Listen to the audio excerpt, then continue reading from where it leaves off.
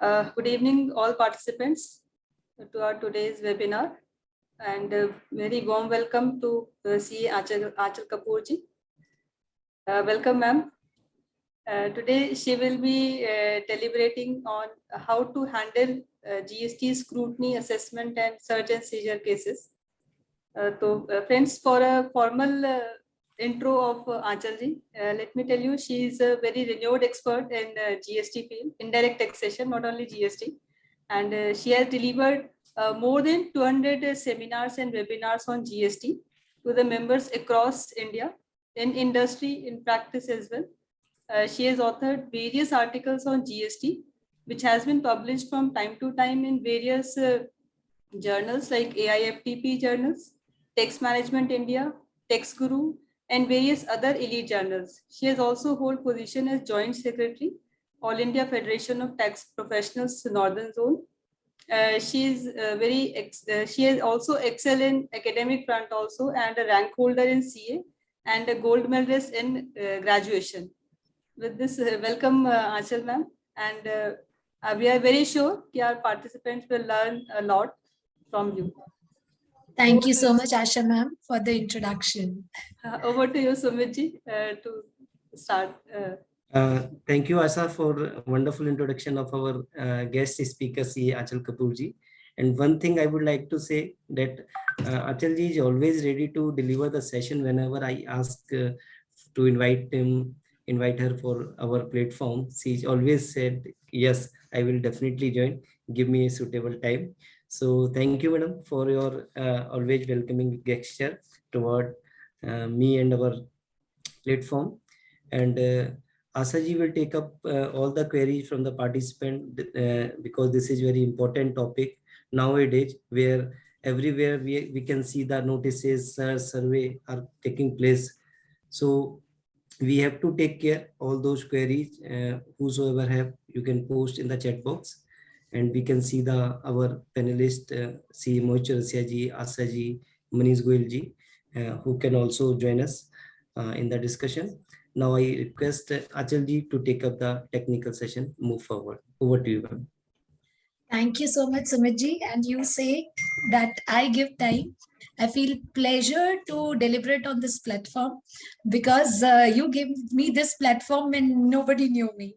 So I am very thankful to you, and as a person, you carry lots of respect in my eyes. So आपको ना तो मैं कर ही नहीं सकती. Thank you so much. Now, my dear friends, Asha ji, once again, I thank you for such a wonderful introduction.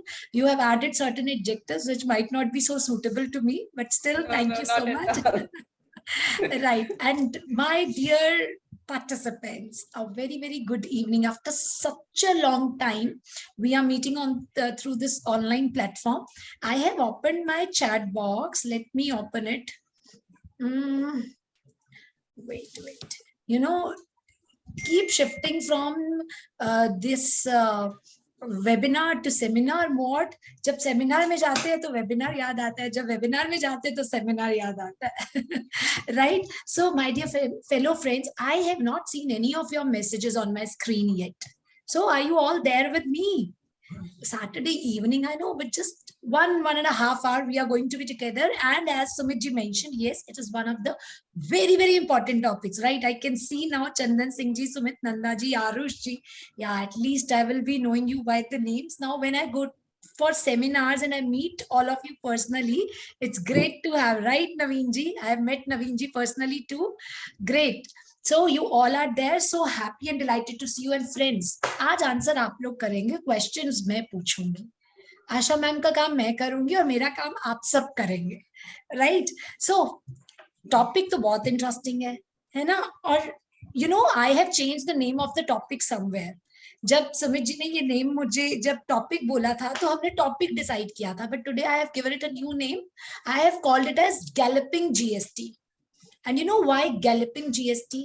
Now we are moving from compliance phase to litigation phase. So previously हम returns filing कर रहे थे, otherwise कर रहे थे. Now what we are going to do is we are going to talk about कि हमें notices को कैसे कंप्लाई करना है, सर्च एंड सीजर प्रोसीजर्स को कैसे कंप्लाई करना है. Right now let me share the PPT too. Here it is. I hope you can all see the name of the topic, which is, let me make it slideshow. Galloping GST from compliance to litigation. Friends, okay, let me ask you a few questions. Let me see it in the chat box now. Okay, we have 3 phases in GST: assessments, audits, and notices. Right? I want to ask you, GST में पहले क्या होता है? Show cause notice आता है या assessment होती है? Quick answers, जितना quickly आप answer. Friends, this topic is so vast that I can't tell you. If you would have said me ना 500 slides on the same, तो 500 slides बन जाती. So that is why जितना जल्दी आप आंसर करोगे उतना जल्दी रिप्लाई दोगे, उतना जल्दी हम आगे गए. ओके, चंदन जी, संदीप जी, आशा जी, सबने बोला SCN. आशीष जी बोलते दोनों आ सकते हैं. One answer that went was assessment. पढ़ नहीं पाई मैं name. Show cause notice for assessment. Okay, assessment may be at departmental level. Okay friends, let me tell you. चलो एक और क्वेश्चन पूछते हैं. मेरा ऑडिट चल रहा था. अब आप सबने मिक्स्ड आंसर्स दिए, ज्यादा आंसर्स थे SCN के, जबकि some people said assessment also. Okay, now I ask you second question. And why I am discussing so, sir हम प्रोविजंस बहुत बार पढ़ते हैं, but what we forget practically जब हमें चीज आती है, how to deal with that. Second, right Vijay ji, I got your answer too. Now second question which I want to ask you. मेरा ऑडिट चल रहा था सेम ईयर का, 17, 18, 18, 19. आप सबने ऑडिट्स अटेंड कर रहे होंगे.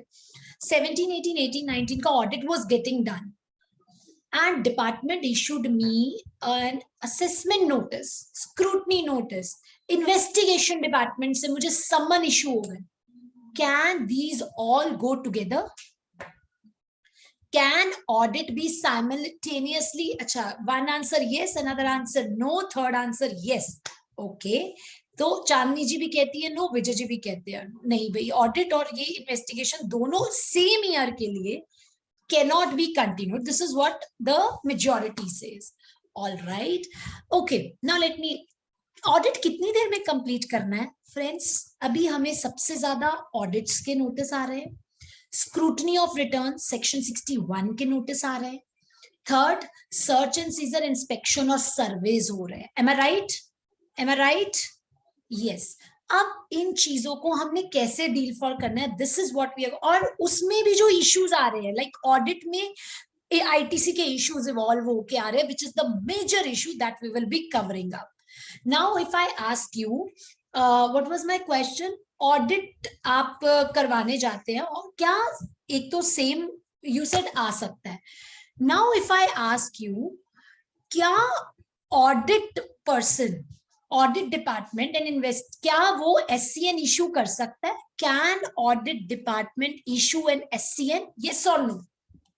Can audit department issue an SCN? Naveen ji कहते हैं हाँ कर सकता है. ओके, चांदनी जी कहती है नो, सुनील जी कहते हैं यस, आशीष जी कहते हैं यस कर सकता है. ऑलराइट, आज बहुत मजा आने वाला सेशन में. ऑल दीज आंसर्स, बिकॉज जितने मेजॉरिटी आंसर्स आए हैं, दोस all were incorrect. Sorry to say, but we are here to learn with each other.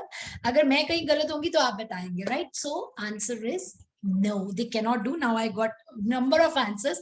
Aditya ji, RK ji saying no, नहीं कर सकता. Right? चलिए तो फटाफट से ये questions को deal for करते हैं. Let's start up with the issues like assessment.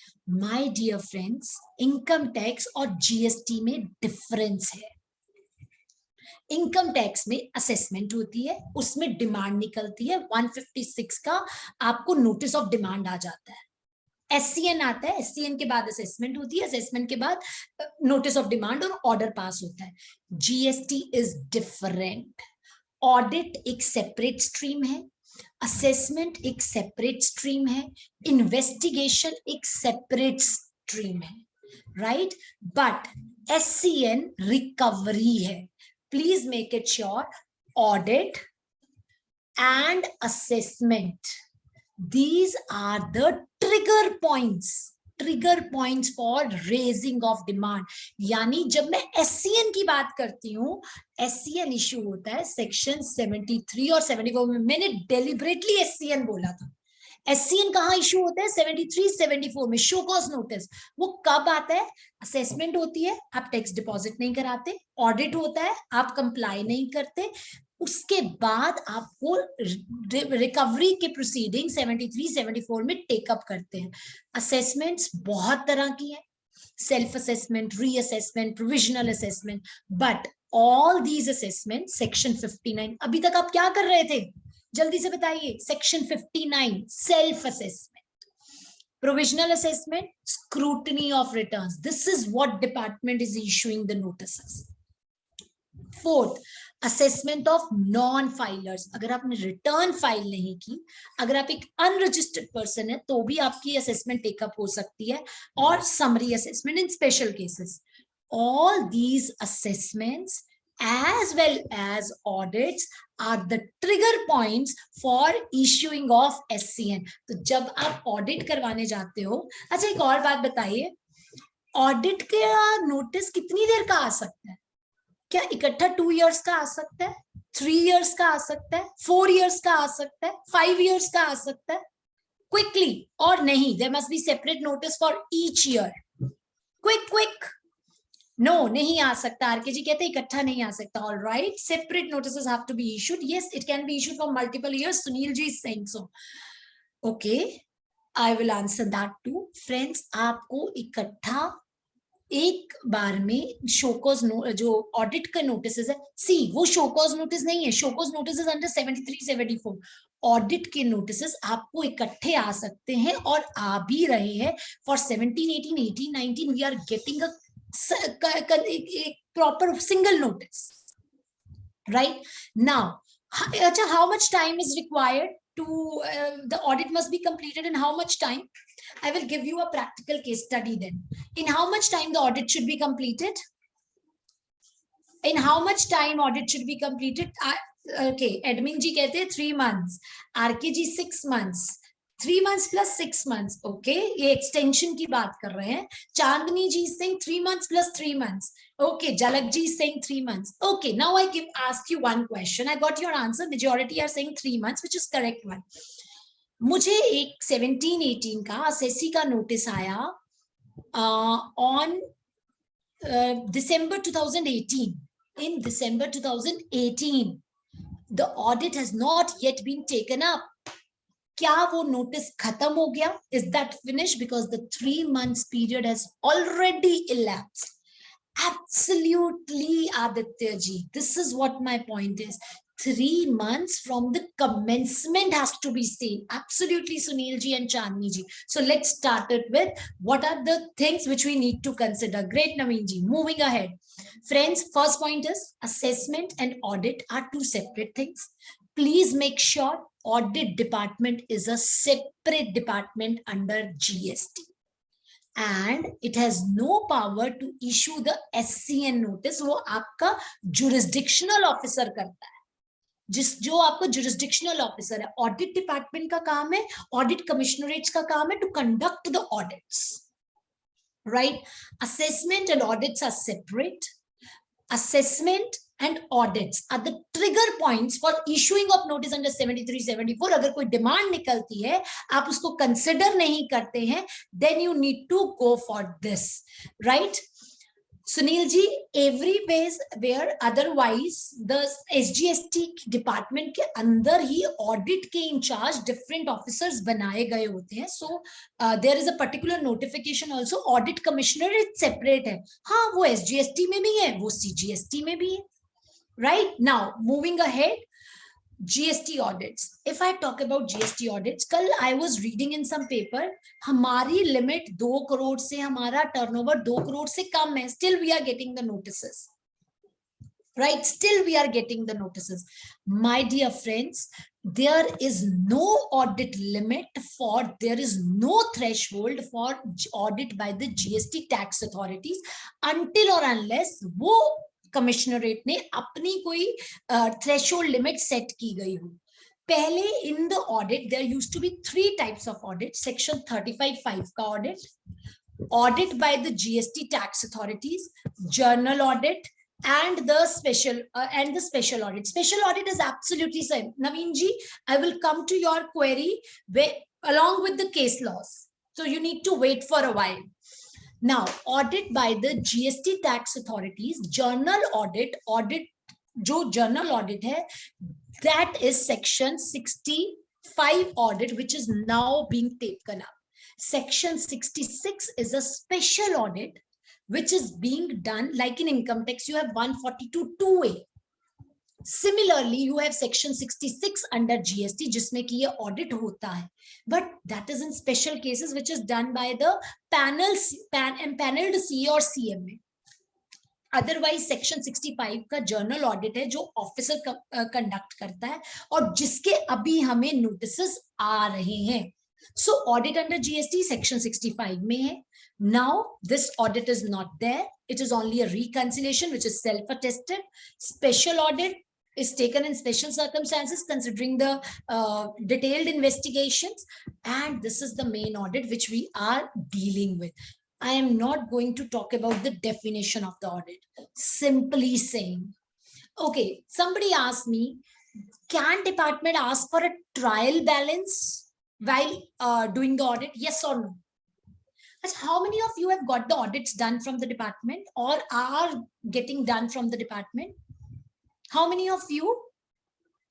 Reason, अगर आपने ऑडिट करवाए हैं या आप करवा रहे हैं, you will find that they ask for information beyond the stretch.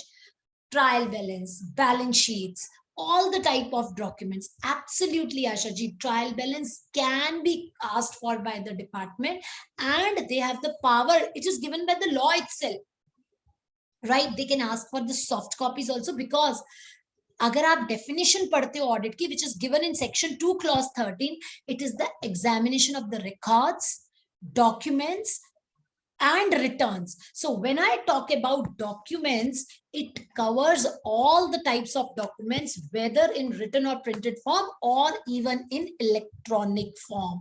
Absolutely, Sunil ji. Books of accounts are to be maintained as per section 35. All the documents, everything can be asked for, and even they have specified the objective of audit. And please make it sure, GST audit is not only the reconciliation of the tax liability. ये मैं नहीं कह रही हूँ, ये department का audit manual कहता है that the tax liability has, it is not only कि वो आपका कैलकुलेशन चेक करने वाले हैं, they have the right to check the correctness of the legal provisions, verification, पूरे compliances हुए हैं कि नहीं, act or law complied for है कि नहीं, everything, your turnover, your valuations, your rate classifications, everything जो भी taxpayer ने self assess किए, they have the right to check that. Now, here is the provision, section 65, what it says. Okay, now let me ask you, audit कहाँ होता है? Is it at the place of business or is it in the department? Of course, Rajesh ji checked all the things. Okay, my question to you is, place of business, Asha ji कहती है both. Place of business as per Sumit Nanda ji. Okay. Naveen ji कहते can be at both the places. Absolutely, it can be at any of the places. Not both, it can be any of the desk review, then business place. Friends, who decides where it is to be done? At the place of the business or in the department? Who decides that? It is the officer who is to decide. Sir, don't talk about the volume. Don't talk about the volume. Let me tell you, in one of my case where the turnover was merely 25 crore, that too in a petrol pump case, they said we want to visit the premises. In a case where the turnover was more than 100 CR and the party is a rice sheller, they said bring the documents to the department. So it is the tax authorities, the audit department, who has to decide that where the audit is to be conducted. Who is the authority?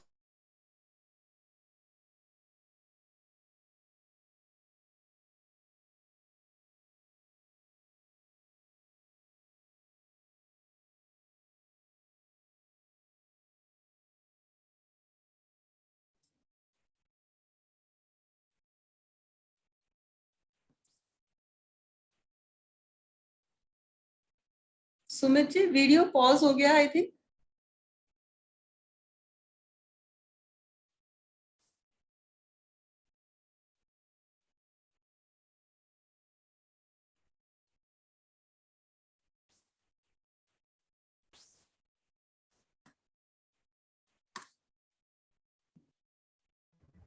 Sorry, I think so. It got out. अभी Yes. 1 minute पहले ही हुआ था ना? Yes, yes, yes. All right. अब Just- अपने आप ही out आया, अपने आप ही कनेक्ट कर दिया उसने. चलो, anyhow. All right.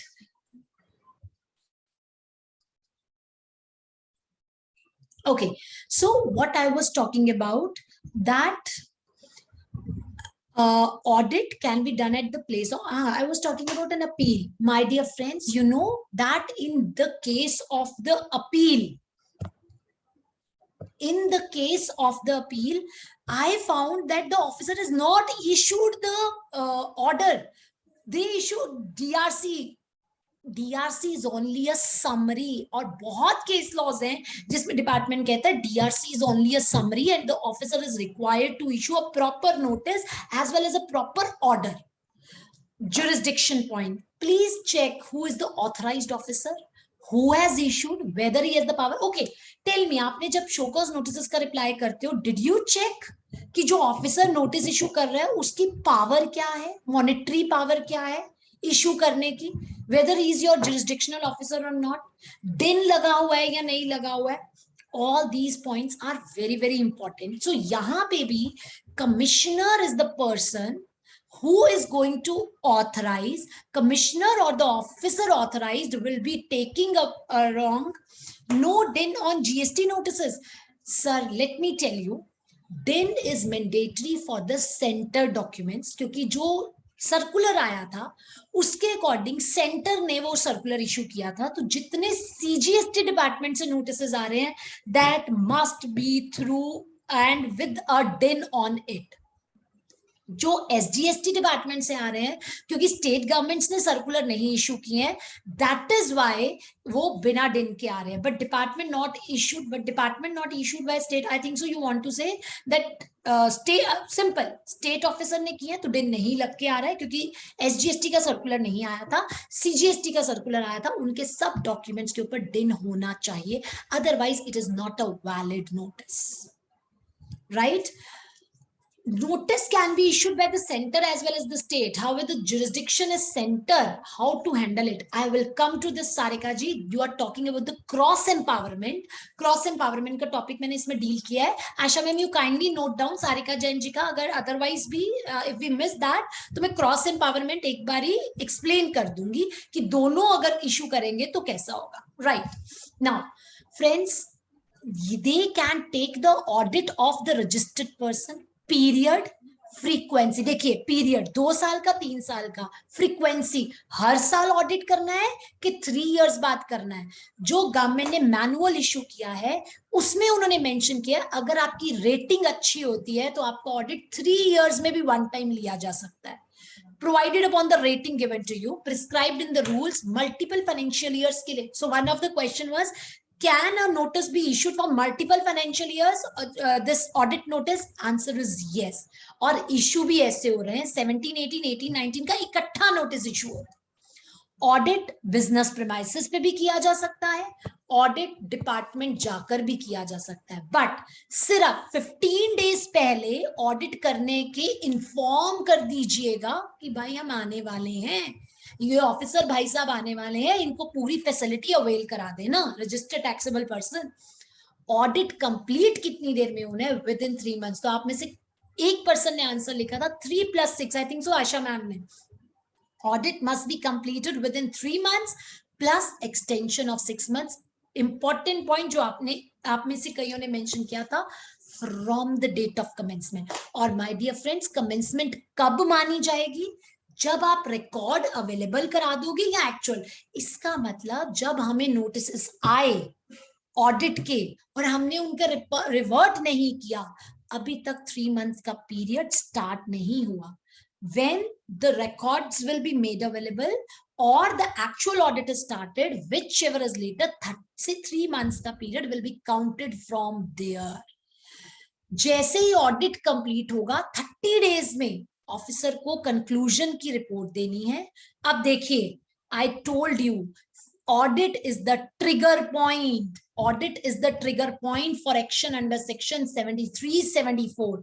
If the tax is not paid, short paid, ITC wrongly utilized, section 73 or 74 में action initiate हो जाएगा. You will be issued an SCN. पहले audit हुआ, ऑडिट के लिए नोटिस आया ADT 01 में, एंड देन SCN की proceedings, recovery proceeding under section 73 और 74 स्टार्ट कर दी जाएंगी. My question to you people is, उन्होंने 73, 74 में एक्शन, अच्छा आप में से कितने लोग ऐसे हैं जिनको उन्होंने फॉर्मेट भेजे, and I want to know जिन लोगों ने ऑडिट्स कराए हैं उनमें से कितने लोगों का ऑडिट के कौन से फॉर्म डिपार्टमेंट ने डिमांड किया है. Meanwhile you are answering, let me read the question of Aditya ji. Ma'am, but they more info even after submitting in that case what shall be the date of commencement of audit?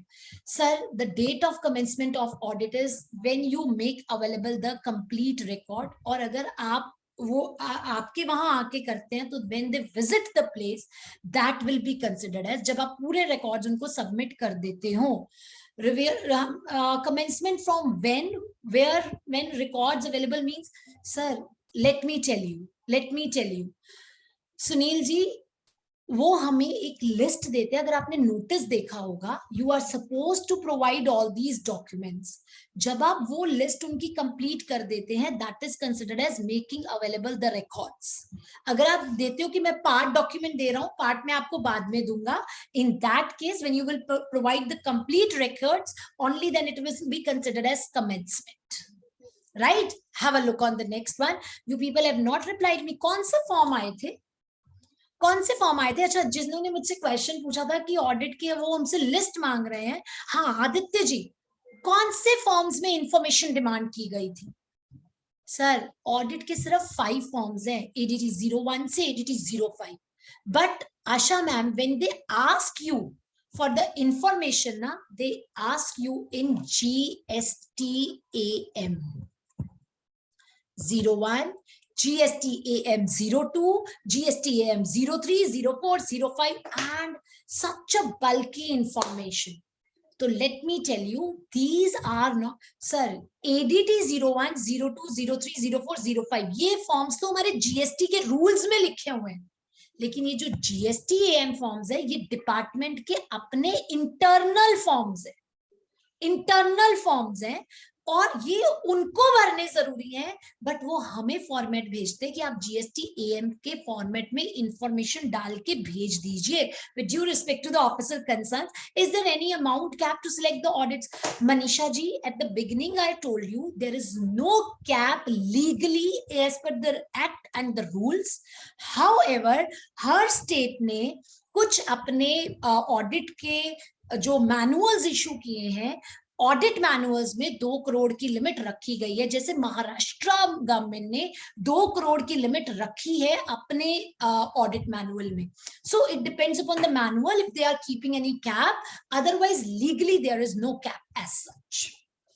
Now moving ahead, अगर मैं बात करूं power commissioner और जिस officer को वो authorise करेगा, authorisation journal भी हो सकती है या स्पेसिफिक भी हो सकती है, उस रजिस्टर्ड पर्सन का 1 साल के लिए, पार्ट्स के लिए, मल्टीपल इयर्स के लिए ऑडिट किया जा सकता है. कहां? ऑप्शन है ऑफिसर की, आपके वहां आके करे कि आप देंगे. नाउ अब 15 दिन पहले का ये देखिए, this is GST ADT form. ये जो रूल्स में मेंशन है कि आपको नोटिस दिया जाएगा. आफ्टर दैट जो GSTAM फॉर्म है वो ऑडिट मैनुअल में से उठाए गए हैं, which they say you to complete it. Right? Here the word is date on which books of accounts, records, and other documents asked are made available, or when the actual institution of the audit is done.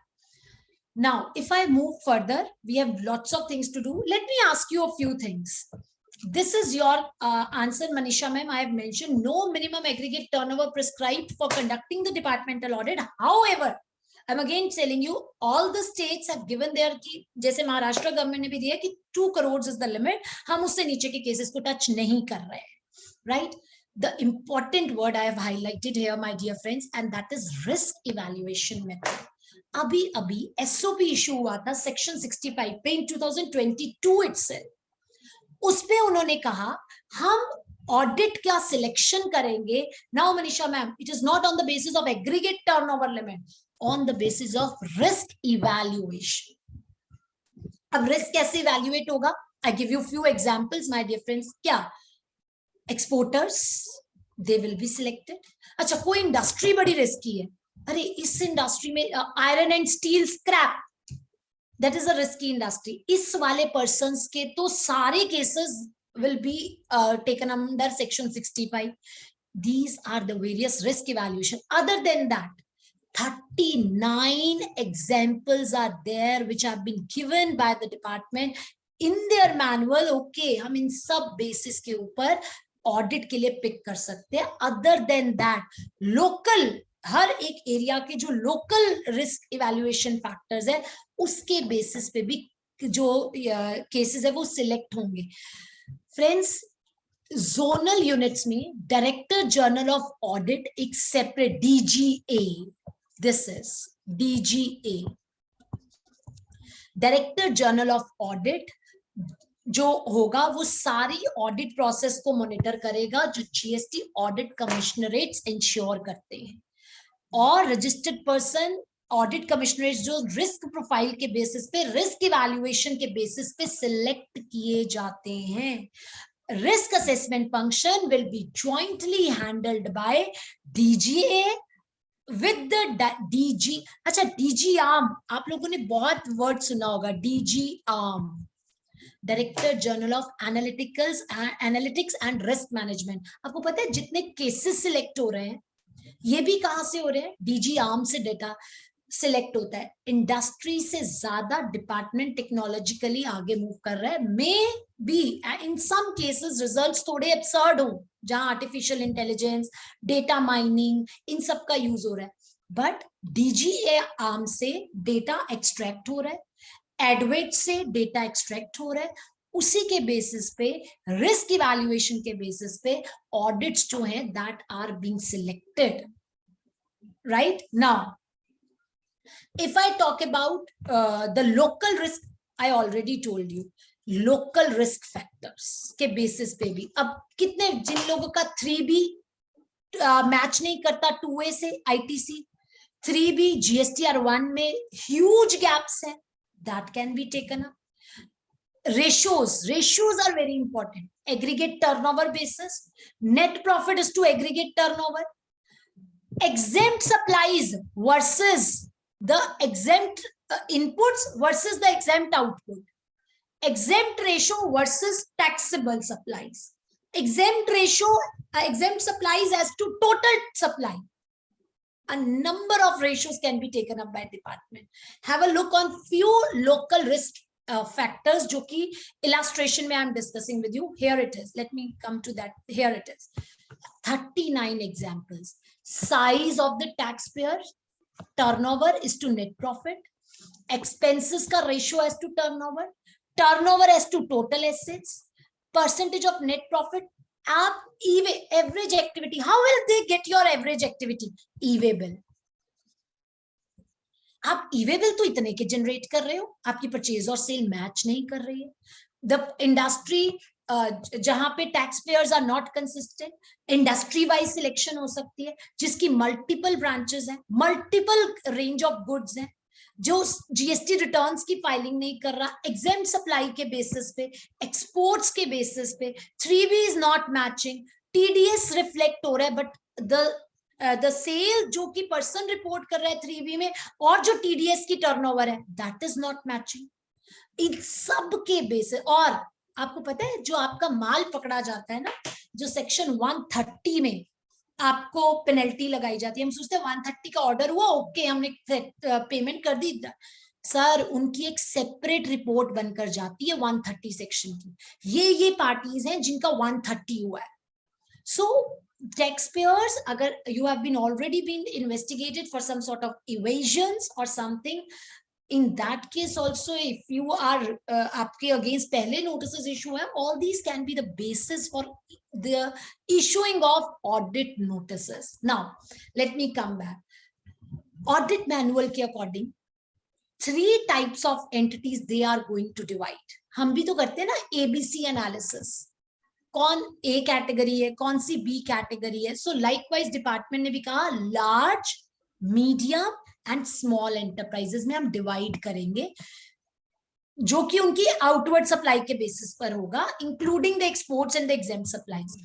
जो large enterprises हैं, large tax payers हैं, उनका 6 to 8 working days, medium का 4 to 6 working days और small का 2 to 4 working days में audit conclude करना है. बट 3 months का पीरियड एक मैंडेटरी टाइम पीरियड था, ये मैंडेटरी टाइम पीरियड नहीं है. It is only the indicative duration, 1 साल के लिए. और अगर आपको 3 साल का नोटिस आया है तो वो कहते हैं उतना 25 for 5 years 25% of working days increase हो जाएंगे प्रोपोर्शनेटली.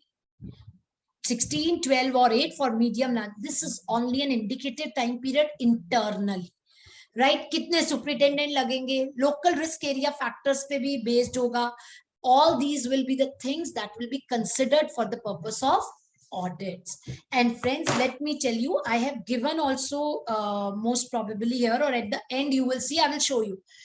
हमें जो GST AM forms आ रहे हैं, those are quite detailed forms. और आपको पता है वो एक्सेल फॉर्मेट में शेयर होते हैं, कुछ क्वेश्चनियर फॉर्म्स में शेयर होते हैं परचेज के. I will show you the forms also.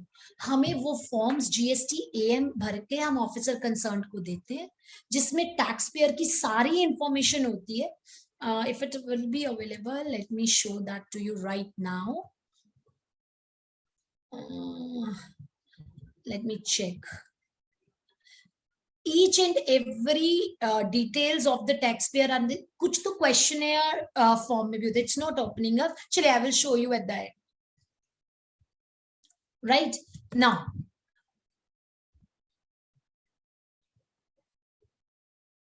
okay sir, wait Aditya ji, if you deny, let me tell you, corporation, all the necessary information will be provided. They will not ask you in GST AM form, then they will simply ask you what the question is. आपको questionnaire issue हो जाएगा, you are supposed to reply those questions. So this is only, sir, आप खुद सोचिए, department ने अपने एक form बनाए हैं GST AM फॉर्म्स, आपसे वो रिक्विजिट इंफॉर्मेशन मांग रहे हैं, आप भी सप्लाई करना ड्यूटी है, आप सप्लाई करेंगे, वो चाहे फॉर्म की फॉर्म में करें और अदरवाइज रिप्लाई की फॉर्म में करें. So denial is not a question that I will deny providing that in GST AM form. That is only a format which the department gives you, और ये सारी इंफॉर्मेशन उनके ऑडिट मैनुअल में लिखी है. Otherwise also they can ask you for the books of accounts, documents, records and everything. अब I am telling you, उसमें जो GST AM फॉर्म्स हैं वो मल्टीपल फॉर्मेट्स में है. कुछ परचेज के रिगार्डिंग 15 क्वेश्चंस पूछे हैं, सेल के 15 क्वेश्चंस पूछे हैं, जॉब वर्क के रिलेटेड कुछ क्वेश्चंस पूछे हैं, लाइक दैट. कुछ एक्सेल फॉर्मेट्स में है कि ये इंफॉर्मेशन आपको प्रोवाइड करनी है. These are quite detailed questions but related to your the books of accounts and the workings. Right, and why I specifically mention, क्योंकि कई बार हम कहते हैं GST AM फॉर्म्स तो लॉ में ही नहीं है. This is only an audit manual जो डिपार्टमेंट ने इशू किया है कि कौन कौन सी इंफॉर्मेशन ऑफिसर कंसर्न्ड को लेनी है while doing the audits. I hope Aditya ji the question stands satisfied. Now after these audits I just move on to the special audit. Just give me quiet. I just move on to the special audit. अगर मैं special audit की बात करूं, I'm not going to take special audit in detail. ये special type of audit है. Again ये तो सिर्फ इंक्वायरी एंड अदर प्रोसीडिंग्स में ही अराइज होता है, बेस्ड अपॉन क्या क्या चीजें हमें उसमें मांगी जाती है. CAG ऑडिट जो करवाएंगे as per the officers. Now let me talk about the issues that are faced during departmental. अच्छा जल्दी से बताइए, आपको ऑडिट कराते कौन से इश्यूज आए, which issues you faced? You know सबसे पहला इशू कौन सा आता है? How department checks? They ask you for the purchase records.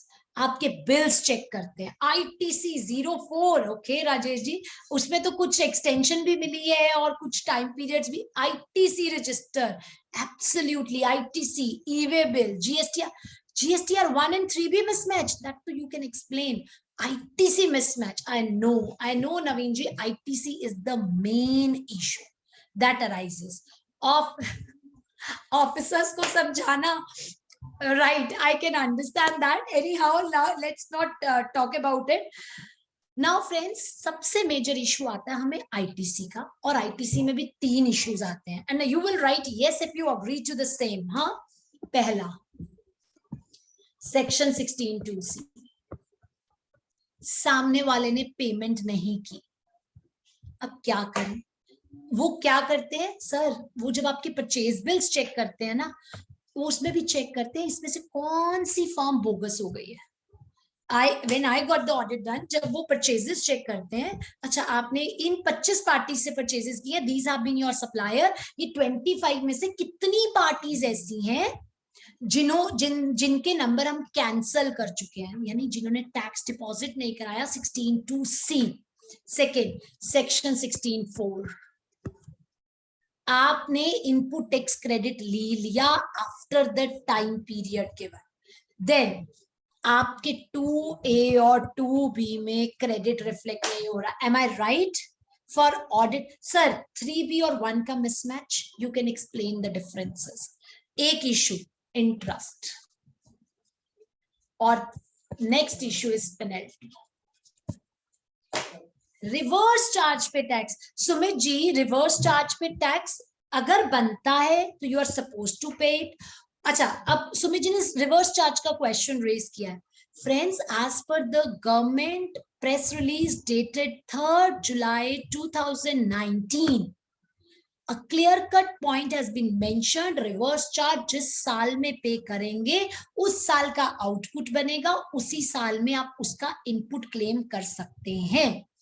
So Sumit ji, according to me reverse charge अगर ऑफिसर निकाल रहा है तो उस पे आना चाहिए।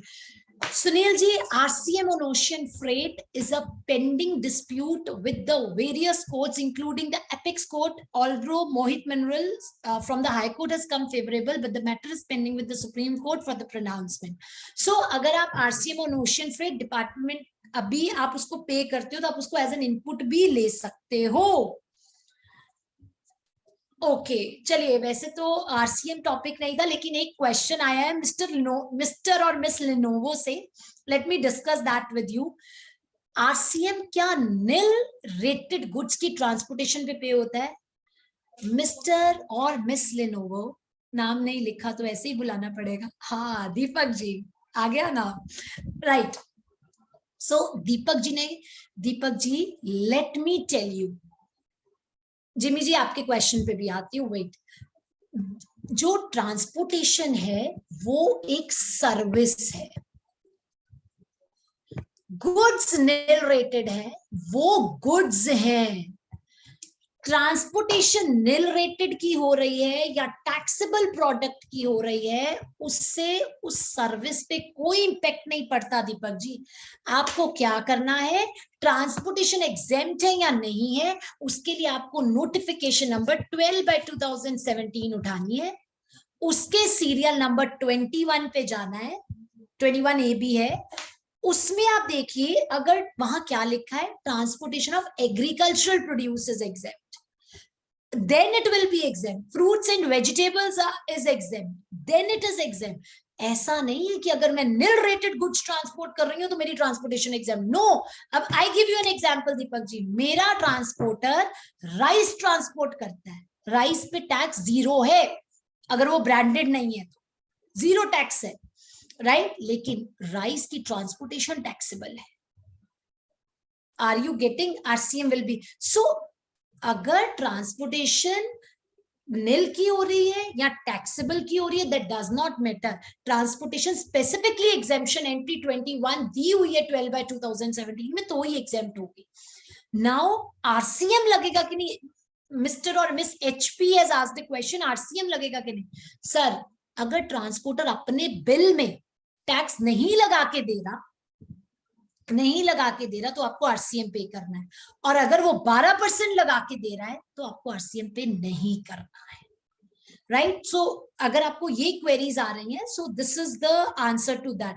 Absolutely Sunil ji, transportation of the goods and the transportation itself as a service are two separate independent things. अंदर क्या है वो मैटर नहीं करता, ट्रांसपोर्टेशन की एग्जेम्पशन एंट्री है या नहीं वो मैटर करता है ना. जिन लोगों को 16(2)(c), 16(4) और 2A और 2B में प्रॉब्लम आ रही है, मुझे ना कुछ लोगों के व्हाट्सएप पे बहुत मैसेजेस आए, हमें 16(4) में इशू आ रहा है, हमें काइंडली उसका ड्राफ्ट रिप्लाई शेयर कर दीजिए. 2A 2B ऑल्दो 17, 18, 18, 19 में my dear friends 2A 2B कभी था ही नहीं, it was not there, right? But still the department is asking for 2A में क्रेडिट रिफ्लेक्ट नहीं हो रहा. In that case, I have given certain pointers for that which you can go through. क्योंकि हमारा टॉपिक आईटीसी नहीं है, मैं ITC को मेंशन सिर्फ यहाँ पे बता के छोड़ रही हूँ. I am not discussing ITC क्योंकि मुझे सर्च एंड सीजर डिस्कस करना है. But if you are facing such और स्क्रूटनी भी डिस्कस करना है. सो इंटरेस्ट, अगर आपको आईटीसी से रिलेटेड कुछ इश्यूज आ रहे हैं, so these are the pointers. Let me show you here. यही 3 क्वेश्चंस जो मैंने अभी वहां मेंशन किए थे, इनके draft replies, argument number 1, argument number, and इसमें देखिए कितने सारे केस लॉज मेंशन्ड हैं. डोंट वरी मिस्टर और miss HP, I will share it with you, right?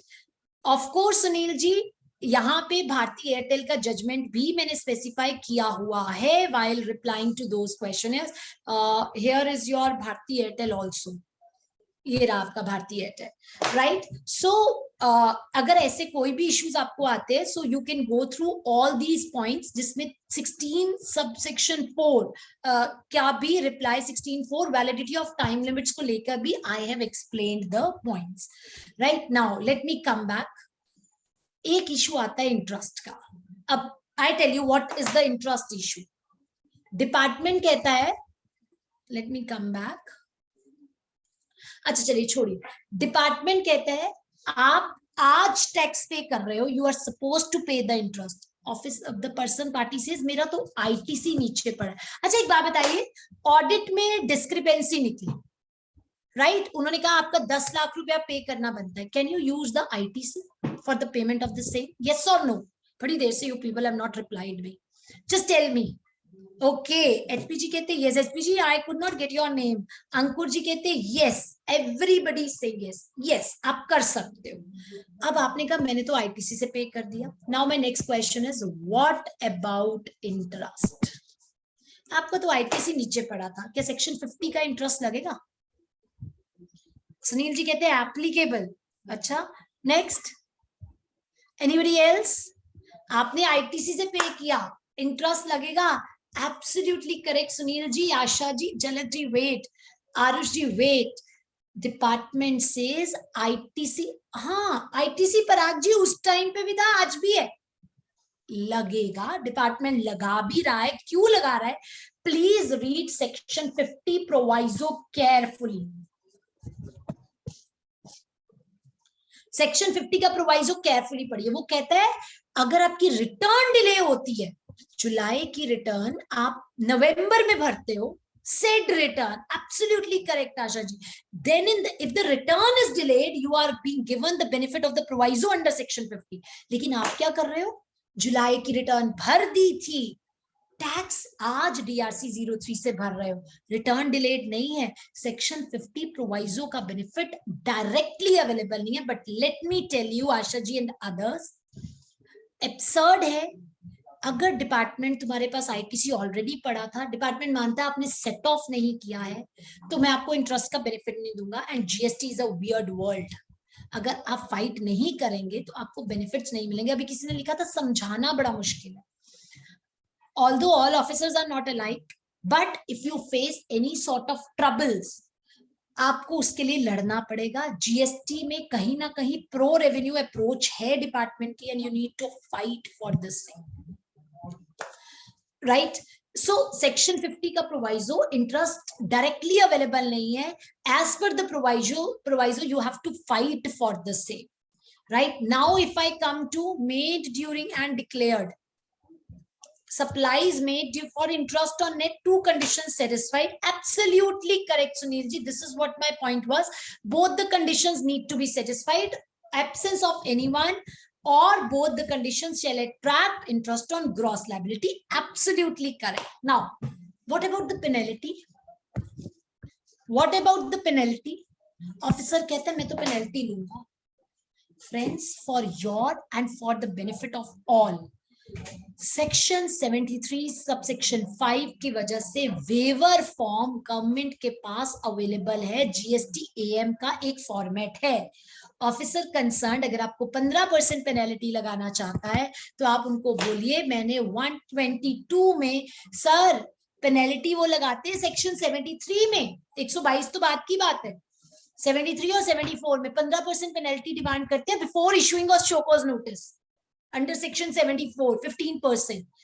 This is what is happening practically. So I am telling you, there is a particular waiver form. आप 73 subsection 5 में deposit करिए और penalty waiver का form भरिए. GST AM formats में वो format available है. आप penalty से बच सकते हो. So ultimately say interest will be attractive, but without any sort of litigation, आप litigate करेंगे, that is a separate issue. But the penalty waiver can be applied for. Right, now let me move ahead. Any doubt to anyone in this respect? A question tha upar which I wanted to take, which was related, but I missed that.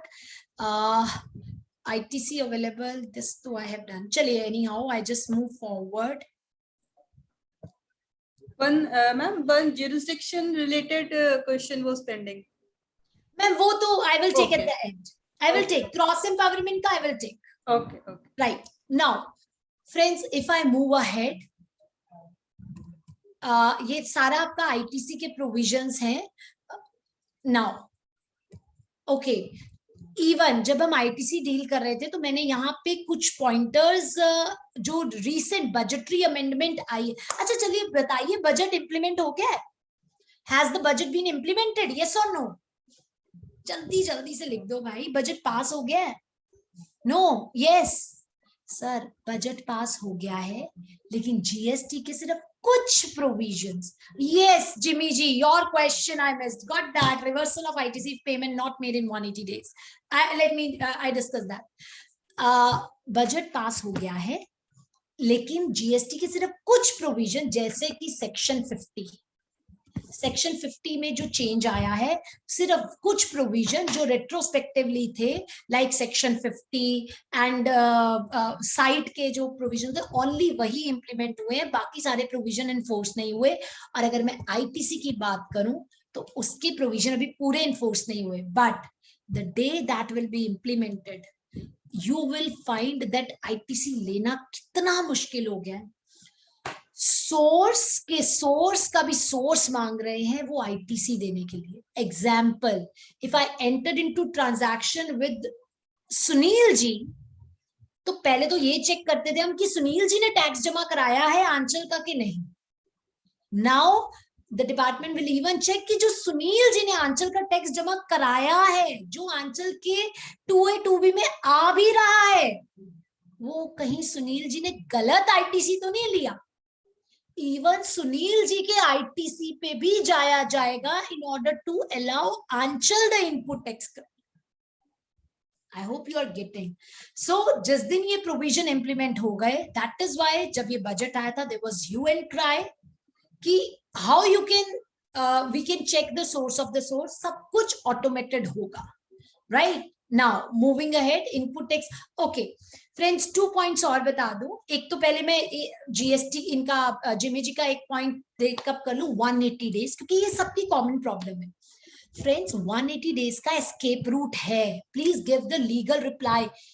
एक बात याद रखिए, accept हो या ना हो, give the reply to the end possible, क्योंकि आपको वो आगे प्रोसीडिंग्स में हेल्प करता है. सो अगर आपको 180 डेज का इशू है, पहली बात 180 डेज रूल 37 पे बेस्ड है. रूल 37 कभी इंप्लीमेंट ही नहीं हुआ, जीएसटीआर 2 कभी आई ही नहीं. और बहुत सारे सुप्रीम कोर्ट रूलिंग्स है कि अगर मशीनरी प्रोविजन एब्सेंट है, the provision, the legal provision cannot be put into force. Second, what there are fails to pay. If there is an agreement between the buyer and seller, you have to make me the payment after 9 months. Then in that case, there is no failure to pay. Right? If somebody wants मेरी ITC के ऊपर एक, although it might be available on the net also, PPT है जहां पे मैंने 180 days की criteria को डिटेल में डिस्कस किया हुआ है with all the pointers. So you can ask the same from me on my WhatsApp. I will share that with you. Right? Right, Sunil ji, you have to check the failure to make the payment. Now, if I talk about Jimmy ji ka question ho gaya. Lalit ji has asked me a question. Department is asking for Lalit ji, discount received through financial credit notes is a big litigative issue. Gurgaon site पे Audi के showrooms and various other showrooms जहाँ पे financial credit note, और आपको पता है पूरे India में सबसे ज्यादा कंपनीज ने यूज ही financial credit notes किए हैं. Majority, may it be your Dettol, may it be your Crompton Greaves, Philips, all these companies have used the all these have used the financial credit notes. आपको financial credit notes के लिए Lalit ji proper reply देना पड़ेगा that this is not a separate supply. This is not a separate supply. This is a original supply का price reduction. Please make it a point. I am dealing with such case, so I am discussing that with you. ये original का price reduction है. This is not a separate supply. सामने वाले ने tax पूरा पे किया है, इसीलिए मैंने पूरा इनपुट लिया है. मेरे को सेपरेट क्रेडिट नोट जो आया है उसके ऊपर टैक्स पेमेंट करने की जरूरत नहीं है.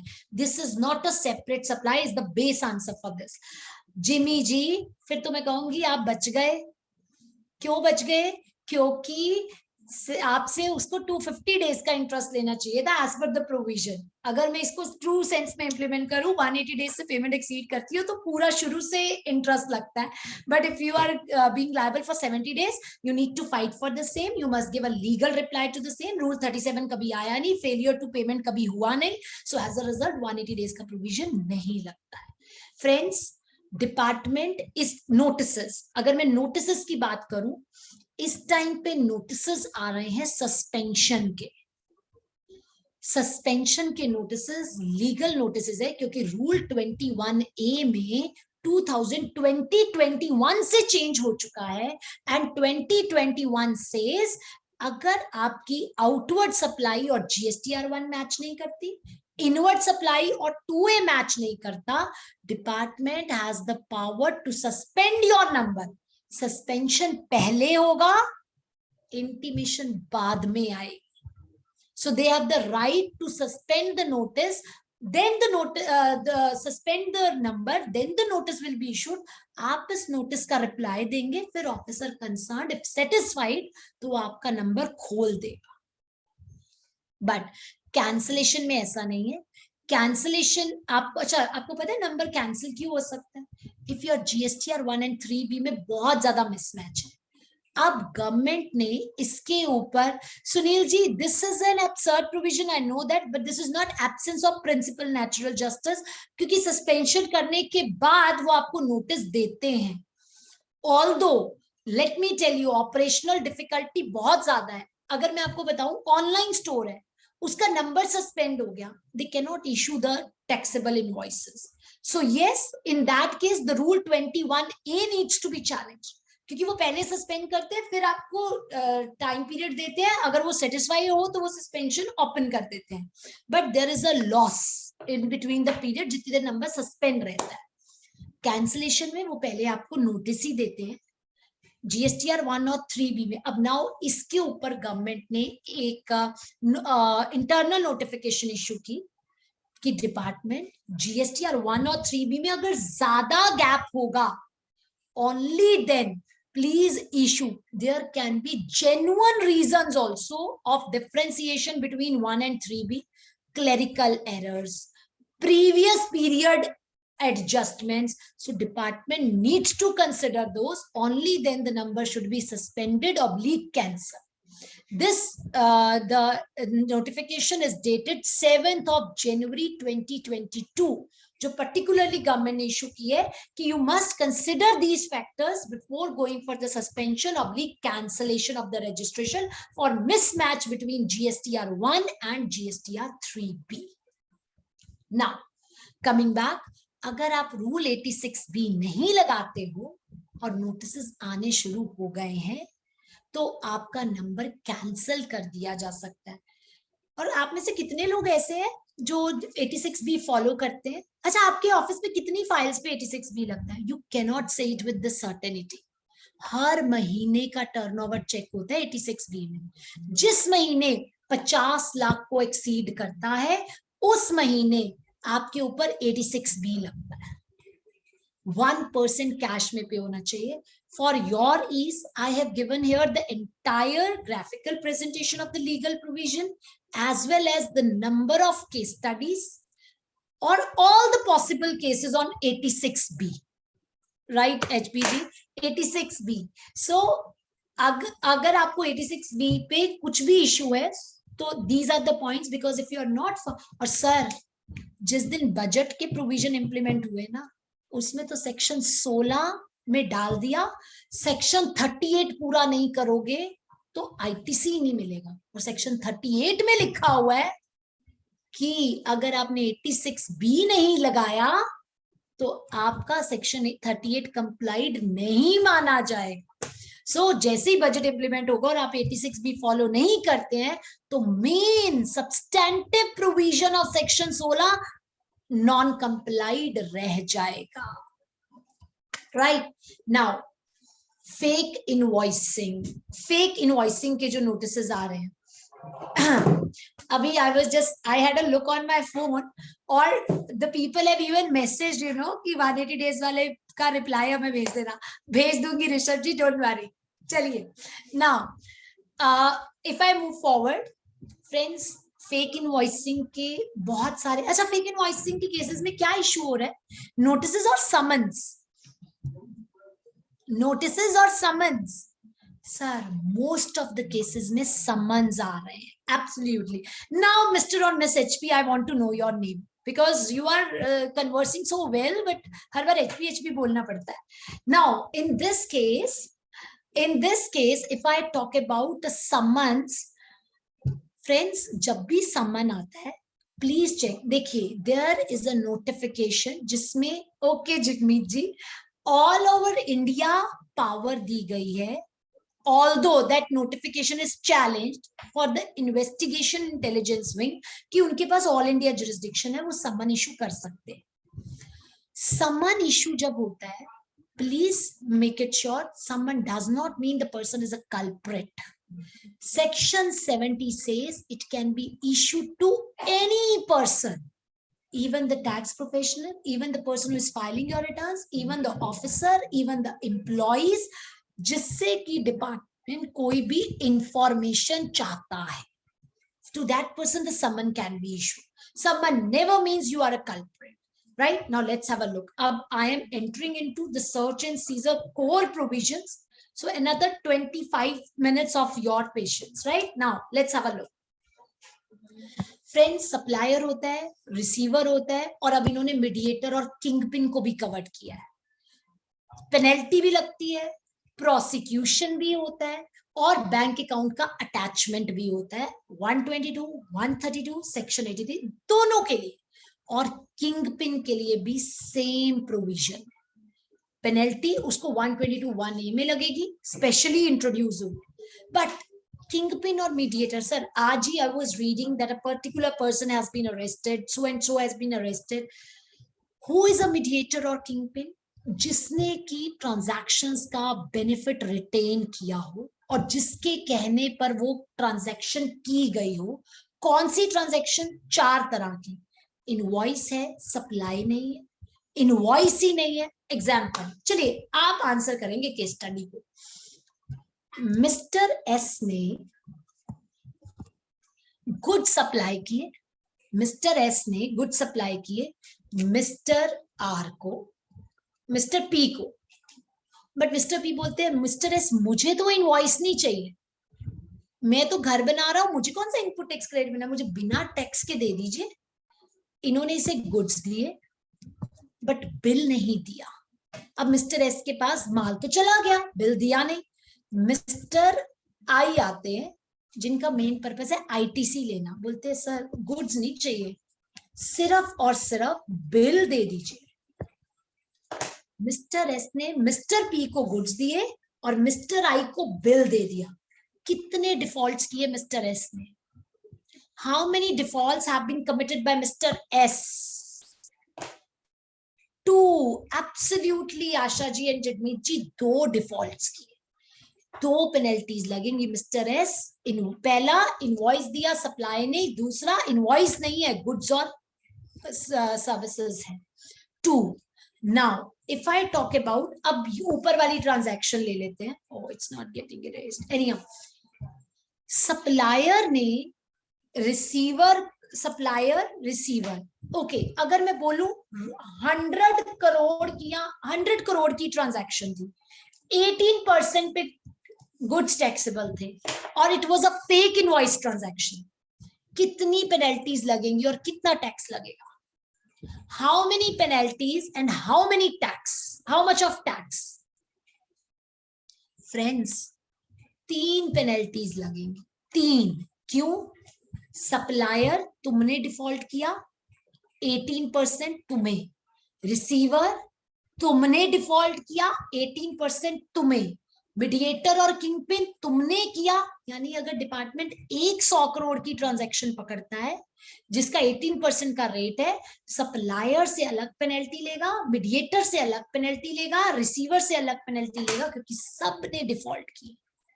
Now my question is tax कितना लेगा? 54% और अदरवाइज? देखो ना 18 18 18, पेनल्टी तो 54% है, हाउ मच टैक्स? सर यहीं पे डिस्प्यूट अराइज होता है। डिपार्टमेंट सप्लायर को भी नोटिस इशू करता है 18% टैक्स दो, मीडिएटर को भी करता है 18% और रिसीवर को भी करता है 18% टैक्स। आंसर इज, अगर मैं सर्कुलर ट्रेडिंग हो या अदरवाइज, अगर पहला person in the chain pays the tax, entire chain goes correct. So हम हमेशा यही प्लीड करते हैं इन केसेस में कि जहां पे penalty है that can be 54%, but the tax should be 18% only, right? Now let me tell you when we will be moving to the fake invoicing. Okay, now let me ask you, आपको सम्मन आते हैं, पहली बात proper officer से है या नहीं है? अच्छा, can an inspector issue the summon? Can a superintendent issue the summon? Yes or no? Can a superintendent issue the summon? Jigmeet ji, can a superintendent issue the summon? The answer is yes. Yes, the superintendent can issue a summon. Inspector cannot issue a summon. क्यों? जब आप circular number 6 check करेंगे, in that it has been clearly mentioned that the section 70 की power superintendent से start होती है, right? उसकी कितनी लीगल पावर्स हैं? अब आपने एक क्वेश्चन पूछा था मल्टीपल असेसमेंट्स का, I am coming to that. Answer lies in, Asha ma'am I am taking the question of multiple centre and state, दोनों कर रहे हैं, the question which I left pending there. Absolutely Sunil ji, superintendent is covered under proper officer for the purpose of issuing of the summon, for the purpose of issuing of the summon. Now friends, section 6 subsection 2 clause B, 6(2)(b) clear cut says that on the same subject matter, the assessments cannot be framed both by center and state. बहुत सारे cases है, राज metal का case है, I have given also, this is called as cross empowerment. For example train 1 के जब notices आए थे, train 1 के नोटिसेस सेंटर ने भी इशू कर दिए, स्टेट ने भी इशू कर दिए। जो आपका जुरिस्डिक्शनल ऑफिसर है उसको रिप्लाई करिए और दूसरे को लिखिए मेरी jurisdiction so and so person के पास है, owing to section 6(2)(b on the same subject matter a person cannot be put to prejudice under the two jurisdiction, both under the two officers, center and the state. As a result, the multiple assessments are not allowed. हमने jurisdictional officer को reply दे दिया है, उसकी copy आप लगाना चाहे तो लगा सकते हैं. Always check for the DIN, always check for the jurisdiction when you receive the notices. My question to you is, पहला, आपके assessee को notice आया, सम्मन आया. अब क्या सुमित जी सोचते हैं कि क्या मैं अटेंड कर सकता हूं? क्या मैं अटेंड कर सकता हूं? Can the office, the council be authorized to go for this summon which is issued by the department in the name of the person concerned?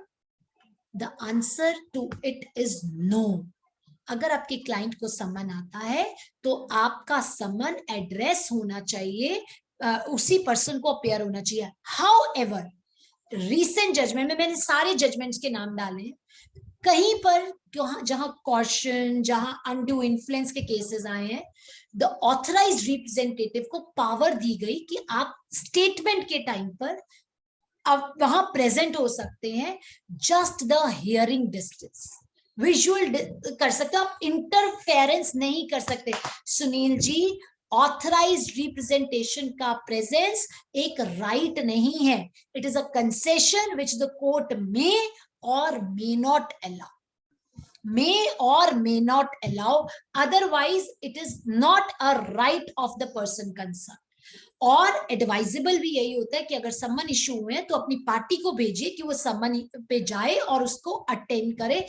Professionally also it is not advisable to go for the summon in place of the person concerned to whom the summon has been issued. Okay, now मैं कहती हूँ mister x को सम्मन issue हुआ, mister x चले गए, mister x से question पूछा गया तक कुछ भी, is mister X bound to reply that? Sumit ji, जब व्यापारी चलिए सुमित जी आप ही का क्वेश्चन लिया वैसे मैंने. अब सुमित जी कहते हैं व्यापारी को तो कुछ पता ही नहीं है. द पर्सन कंसर्न सेज मुझे नहीं पता जी, मेरा ऑफिसर हैंडल करता है, सो एंड सो पर्सन हैंडल करता है. क्या उसको अपने अगेंस्ट स्टेटमेंट देनी जरूरी है? यस और no? Sumit ji, right of silence, no Doria ji, right of silence. हर पर्सन के पास राइट ऑफ साइलेंस है. Article number 20 of constitution of India आपके रेस्क्यू के लिए आता है. No person can be bound to give the statement against himself. Protective right. आप सुनिए, आप जो कहेंगे सच कहेंगे, सच के सिवा कुछ नहीं कहेंगे, बट अगर आप कुछ नहीं कहना चाहते तो कोई प्रॉब्लम नहीं. आप राइट ऑफ साइलेंस एक्सरसाइज कर सकते हो. I don't want to answer the question, but अगर आप देंगे स्टेटमेंट तो आप करेक्ट देंगे. सो आप राइट ऑफ साइलेंस आर्टिकल 20 के अकॉर्डिंग एक्सरसाइज कर सकते हैं, बट अगर आप बोलेंगे तो you are suppose to give the correct answer, right? Second, अगर आपको लगता है you don't have the knowledge of particular thing, Sumit ji you can refer मेरे डिपार्टमेंट का ये काम सो एंड सो पर्सन देखता है, I will gather the information and will then give you the answer. तब मैं इस क्वेश्चन का जवाब दे सकता हूँ. Right of silence is available. Sir, आपको नोटिस आजकल आ रहे हैं, सम्मन्स आ रहे हैं. मिस्टर एस ने एक स्टेटमेंट दी है, ही हैज एडमिटेड कि वो फेक इनवॉइसिंग में इन्वॉल्व हैं. उन्होंने आपके साथ ट्रांजैक्शन की है, क्योंकि उन्होंने आपके साथ ट्रांजैक्शन की है और वो फेक इनवॉइसिंग में इन्वॉल्व थे. हम आपका आईटीसी रिवर्सल चाहते हैं. Friends, please make it clear with the party concern. अगर मिस्टर एस ने फेक इनवॉइसिंग की है, जरूरी नहीं है कि आपके उनके साथ ट्रांजैक्शन भी फेक हो. सर, वो फेक इनवॉइसिंग करता है. और जैसे अभी आई वेंट टू सूरत, वहां पे डायमंड्स का काम होता है. एक्चुअल में हम गुड्स परचेज करते हैं, वो बोलते हैं आप माल ले लीजिए, बिल आपको दे देंगे, डिलीवरी चलान पे माल ले जाइए. बिल हमें जो angadia, they call it as the middleman से बिल आ जाता है जो दोनों को मिलवाता है, परचेजर एंड सेलर को. अब वो बिल किसी और का दे देता है और माल किसी और से आया होता है. तो पार्टी कंसर्न से मुझे तो पता ही नहीं, मैंने तो नॉर्मल एक्चुअल परचेज की है. If the party is genuine, please provide the proof, everything. Goods हो तो पूरी ट्रेल अवेलेबल होती है, कहां से माल आया, ईवे बिल था, व्हीकल नंबर थे, टोल रिसीट्स थे, ट्रांसपोर्ट डॉक्यूमेंट्स थे, proper complete trail is available. Use that trail and furnish the information. अगर आपको लगता है the party actually fake invoicing में इन्वॉल्व है, देन आप उस आईटीसी को रिवर्स कराइए along with the interest, and then अब किसी ने पूछा इंटरेस्ट का, sir there are a few judgments जो कहती हैं कि आपको अगर आप आईटीसी रिवर्स करते हो तो आपको उसके ऊपर इंटरेस्ट देने की जरूरत नहीं है। एज पर सेक्शन 50 इंटरेस्ट लगना है, but a few judgments like Pratibha processors, Bombay dyeing and various other judgments आते हैं। Recently I got a case clarified जिसपे पार्टी ने गलती से इनपुट ले लिया था और उस इनपुट का उसको पता लग गया, डिपार्टमेंट की नोटिस आने से पहले उसने उसको रिवर्स कर दिया और उतना आईटीसी का बैलेंस मेंटेन है। डिपार्टमेंट हैज एक्सेप्टेड कि हम उसमें कोई भी इंटरेस्ट चार्ज नहीं कर रहे हैं। सो आप उसको फाइट करना पड़ेगा, you can escape for that, but in that case अगर आप जेन्युइन है, go for writ remedy. High court से बहुत रिलीफ मिले हैं। अगर वो फेक है, get that reversed along with the interest.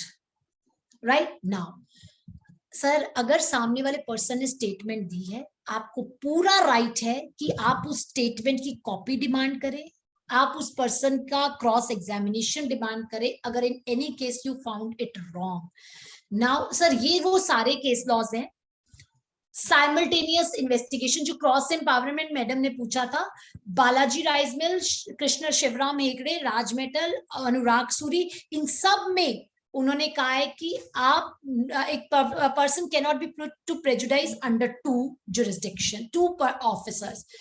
Friends, this is the 7 January notification जो मैंने डिस्कस की थी कि अगर आपका जीएसटीआर 1 और 3B में मिसमैच है तो डिपार्टमेंट कुछ कारण हो सकते हैं, जेन्युइन रीजंस, उसको कंसिडर करिए। Right now let me talk about it. Sir एक बात बोलूं, सारे लीगल प्रोविजन, अच्छा कौन से सेक्शंस में इंस्पेक्शन मेंशन है? Now let me ask you, very very interesting topic, you will love it. किस सेक्शन में इंस्पेक्शन मेंशन है? सेक्शन 67 से सर्च एंड सीजर इंस्पेक्शन के प्रोविजन शुरू हो जाते हैं। Please take it as a story. Section 67 से शुरू हो जाते हैं। Section 67 main section. सेक्शन 68 में जो डिटेंशन होती है रास्ते में व्हीकल्स की, वो कवर्ड है। सेक्शन 67 में 2 टर्म्स यूज है, इंस्पेक्शन और search and scissor. Friends, inspection एक स्मॉलर चीज है, सॉफ्टर प्रोविजन है। सर्च एंड सीजर एक ग्रेव प्रोविजन है, इंस्पेक्शन उसका सॉफ्टर वर्जन है। चाहे इंस्पेक्शन हो चाहे सर्च एंड सीजर हो, दोनों ही जेसी रैंक से बिलो का ऑफिसर नहीं कर सकता। मिनिमम जॉइंट कमिश्नर और जो ऑफिसर उसको ऑथराइज करेगा वही कर सकता है। फ्रेंड्स, सेक्शन 67 से 672 तक इसके साथ डील करते हैं। Inspection, search and seizure section 67 में है। It is a softer provision than search, but JC rank का ऑफिसर होना चाहिए, उसके पास रीजन टू बिलीव होने चाहिए, तो वो टैक्सेबल पर्सन की कोई भी ट्रांजैक्शन, उसने कोई भी कॉन्ट्रावेंशन की हो, सप्रेशन ऑफ ट्रांजैक्शन की हो, स्टॉक इन हैंड सप्रेस किया हो, आईटीसी गलत क्लेम किया हो, उसकी प्लेस ऑफ बिजनेस पे सर्च कर सकता है। अब जरा आप आंसर दीजिए, काउंसिल के यहाँ सर्च इंस्पेक्शन हो सकती है कि नहीं? काउंसिल के यहाँ इंस्पेक्शन हो सकती है या नहीं? आशा जी कहते हैं हाँ हो सकती है। कैसे? फ्रेंड्स, अगर आप पॉइंट डिस्कस करेंगे place of business, I show you here it is. Place of business वो है जहां पे उसकी बुक्स भी मेंटेन होती है। तो अगर पर्सन कंसर्न कह देता है कि भाई मेरी बुक्स तो मिस्टर एस के यहाँ पड़ी है जो मेरे अकाउंटेंट है, मिस्टर एस के यहाँ, सी के यहाँ पड़ी है जो मेरे चार्टर्ड अकाउंटेंट है, that is also a place of business. मेरे घर पे पड़ी है, तो इंस्पेक्शन रेजिडेंस पे भी हो सकती है, प्रोवाइडेड अगर आपकी बुक्स ऑफ अकाउंट्स वहां पड़ी है। So any place of business. Second point, आपके ट्रांसपोर्टर तुम्हारी प्लेस ऑफ बिजनेस पर, warehouse owner, godown operator, इन सब के यहाँ इंस्पेक्शन की जा सकती है अगर ऐसा लगता है कोई भी प्रोविजन ऑफ द एक्ट लगता है। नो, लगता है नहीं, रीजन टू सस्पेक्ट नहीं होना चाहिए, रीजन टू बिलीव होना चाहिए। चलिए इसके जरा केस लॉज भी देखते हैं। सर वर्ड यूज हुआ इंस्पेक्शन टैक्सेबल पर्सन के यहां हो सकती है, जेसी रैंक का ऑफिसर कर सकता है। एक बार मुझे क्वेरी आई थी, आई एम नॉट अ जेसी, क्या मैं सामने वाले पर्सन की इंस्पेक्शन कर सकता हूं? Answer is no. जेसी या तो ऑथराइज करेगा, जेसी का अप्रूवल चाहिए, या जेसी खुद इंस्पेक्शन कर सकता है, सर्च एंड सीजर कर सकता है, उसके बिलो का ऑफिसर नहीं कर सकता। टैक्सेबल पर्सन क्यों मेंशन किया, रजिस्टर्ड पर्सन क्यों मेंशन नहीं किया? क्योंकि इंस्पेक्शन सर्च एंड सीजर तो उस बंदे का भी हो सकता है जिसको रजिस्टर होना चाहिए था और वो रजिस्टर नहीं हुआ। 2 करोड़ की ट्रांजैक्शन कर रहा है, जीएसटी नंबर ही नहीं लिया। 100 करोड़ की ट्रांजैक्शन कर रहा है, जीएसटी नंबर ही नहीं लिया। So that is why wider term taxable person use की। इंडल्ज्ड, ये वर्ड शो करता है लाइकली टू कॉज इवेजन है। नाउ इसके उल्टा सर्च एंड सीजर भी डिफाइंड नहीं है, but this is a strict provision. आपके ऑफिसर, यहां पे भी मिनिमम ऑफिसर कौन? जेसी। और this is the case law by the honourable Andhra Pradesh in case of Mahendra Kumar Indermal. It was held AC was not authorized by the Joint Commissioner. As a result, the search was illegal and without any jurisdiction. So, minimum JC rank का officer होना चाहिए। अच्छा, now let me ask you, क्या वो आपकी book seize कर सकता है? सर इंस्पेक्शन में वो सिर्फ इंस्पेक्ट करता है और चला जाता है, सॉफ्टवेयर प्रोविजन। वो यहाँ पे वो सर्च करता है और चीजें सीज कर लेता है। Now my question to you is, can books of accounts be seized? Yes और नो, क्विकली। या Dolma ji, can it be seized? Okay yes. HP ji कहते हैं नो। ओके जगमीत जी कहते हैं no. Yes in case of search, no. Yes, अरे बाबा wait. अच्छा चलिए, कैश कर सकते हैं seize? Can the cash be seized? Jhalak ji कहती है नो। जगमीत जी कहते हैं कर सकते हैं। बुक्स नहीं कर सकते, कैश कर सकते हैं ना जगमीत जी? चलिए हैव अ लुक फ्रेंड्स, आप अब वापस आ जाइए। Hold on, the word there is, पहली बात रीजन टू बिलीव इसमें भी होना चाहिए। अच्छे से केस लॉ दूंगी रीजन टू बिलीव के, राइट? रीजन टू बिलीव होना चाहिए। सच डॉक्यूमेंट्स, बुक्स और थिंग्स, गुड्स भी हो सकते हैं, डॉक्यूमेंट्स भी सीज हो सकते हैं, बुक्स भी हो सकती है, गुड्स भी हो सकते हैं और थिंग्स भी हो सकती है। And if you ask me, और कहा अगर उनको लगता है वो कहीं सीक्रेटेड है, कौन से गुड्स हो सकते हैं? Which are liable for confiscation. इसका मतलब ऑफिसर जेसी रैंक का है तो वो गुड्स, डॉक्यूमेंट्स, बुक्स, थिंग्स कुछ भी सीज कर सकता है। गुड्स मूवेबल होते हैं। नाउ माय क्वेश्चन इज, क्या मशीनरी सीज हो सकती है? सबकी डेफिनेशन है। डॉक्यूमेंट्स इलेक्ट्रॉनिक भी हो सकते हैं, books of course your books of accounts, things. Sir इतना वाइडर कर दिया स्कोप को जब इन्होंने वर्ड थिंग्स यूज किया। और जिन लोगों ने मुझे आंसर दिया ना, cash can be seized, answer lies here. This is, cash is also a thing. Cash is also a thing. So now whether the cash can be seized, or as per the High Court of Madhya Pradesh Kanishka Matta case, yes. Black Law Dictionary में भी cash को things में include किया है. Wharton's Law Lexicon Dictionary ने भी इसे things में consider किया है. The answer is yes, the cash can be seized and it can be construed as things. My question to you is, friends, cash seize तो कर सकते हैं, लेकिन कैश टैक्स का कैरेक्टर नहीं लेता, वो एक थिंग्स की तरह रहता है। डिपार्टमेंट अगर आप कैश सीज करते हो, आपको इसकी कस्टडी रखनी पड़ेगी एज थिंग्स ओनली। आप ये नहीं कह सकते पर्सन ने कैश जमा करा दिया, you can not say that. Cash credit account can not be seize. Jhalak ji, seizure goods और थिंग्स का होता है, अभी मैं आऊंगी चेक्स और उनके ऊपर। कैश क्रेडिट अकाउंट जो आप बोल रहे हैं ना, दैट इज नॉट सीजर, अभी हम सीजर की बात कर रहे हैं, right? That is attachment. The bank accounts can be attached, seizure word उनके लिए यूज नहीं होता है, right? Now and bank accounts can be attached, वो तो सेक्शन 83 में प्रोविजनल अटैचमेंट में they can attach your bank accounts, right? Now cash can be seized, the answer is yes, but it does not take the character of tax. अब department करता क्या? मैंने कहा था सारे प्रोविजन साइड पे रख दो। जब आप practically inspection search and seizure पे जाते हैं ना, डिपार्टमेंट आपको pressurise, with due respect to the officer concern, but this is what is practically happening and this is what the honourable high courts have to say and the honourable courts have to come forward for this. Friends, वो क्या करते हैं, cash मिला 50 लाख, अब ये tax तो है नहीं, ये तो कैश है, डिपार्टमेंट को कस्टडी रखनी पड़ती है, वो आपको उसी टाइम कहते हैं इस आप एक सरेंडर दीजिए, अभी एडमिट कीजिए कि ये पैसा मैंने इतने टैक्स की चोरी की है, ये पैसा मेरा कैश जो है अप्लाई कर दिया जाए towards tax. Forcefully you have been asked to give a statement and accept. Sir, harassment का level has been this much that एक पर्सन की स्टेटमेंट होनी चाहिए सनसेट से पहले, वर्किंग आवर्स में। The person is called in the morning, शाम तक स्टेटमेंट नहीं होता है।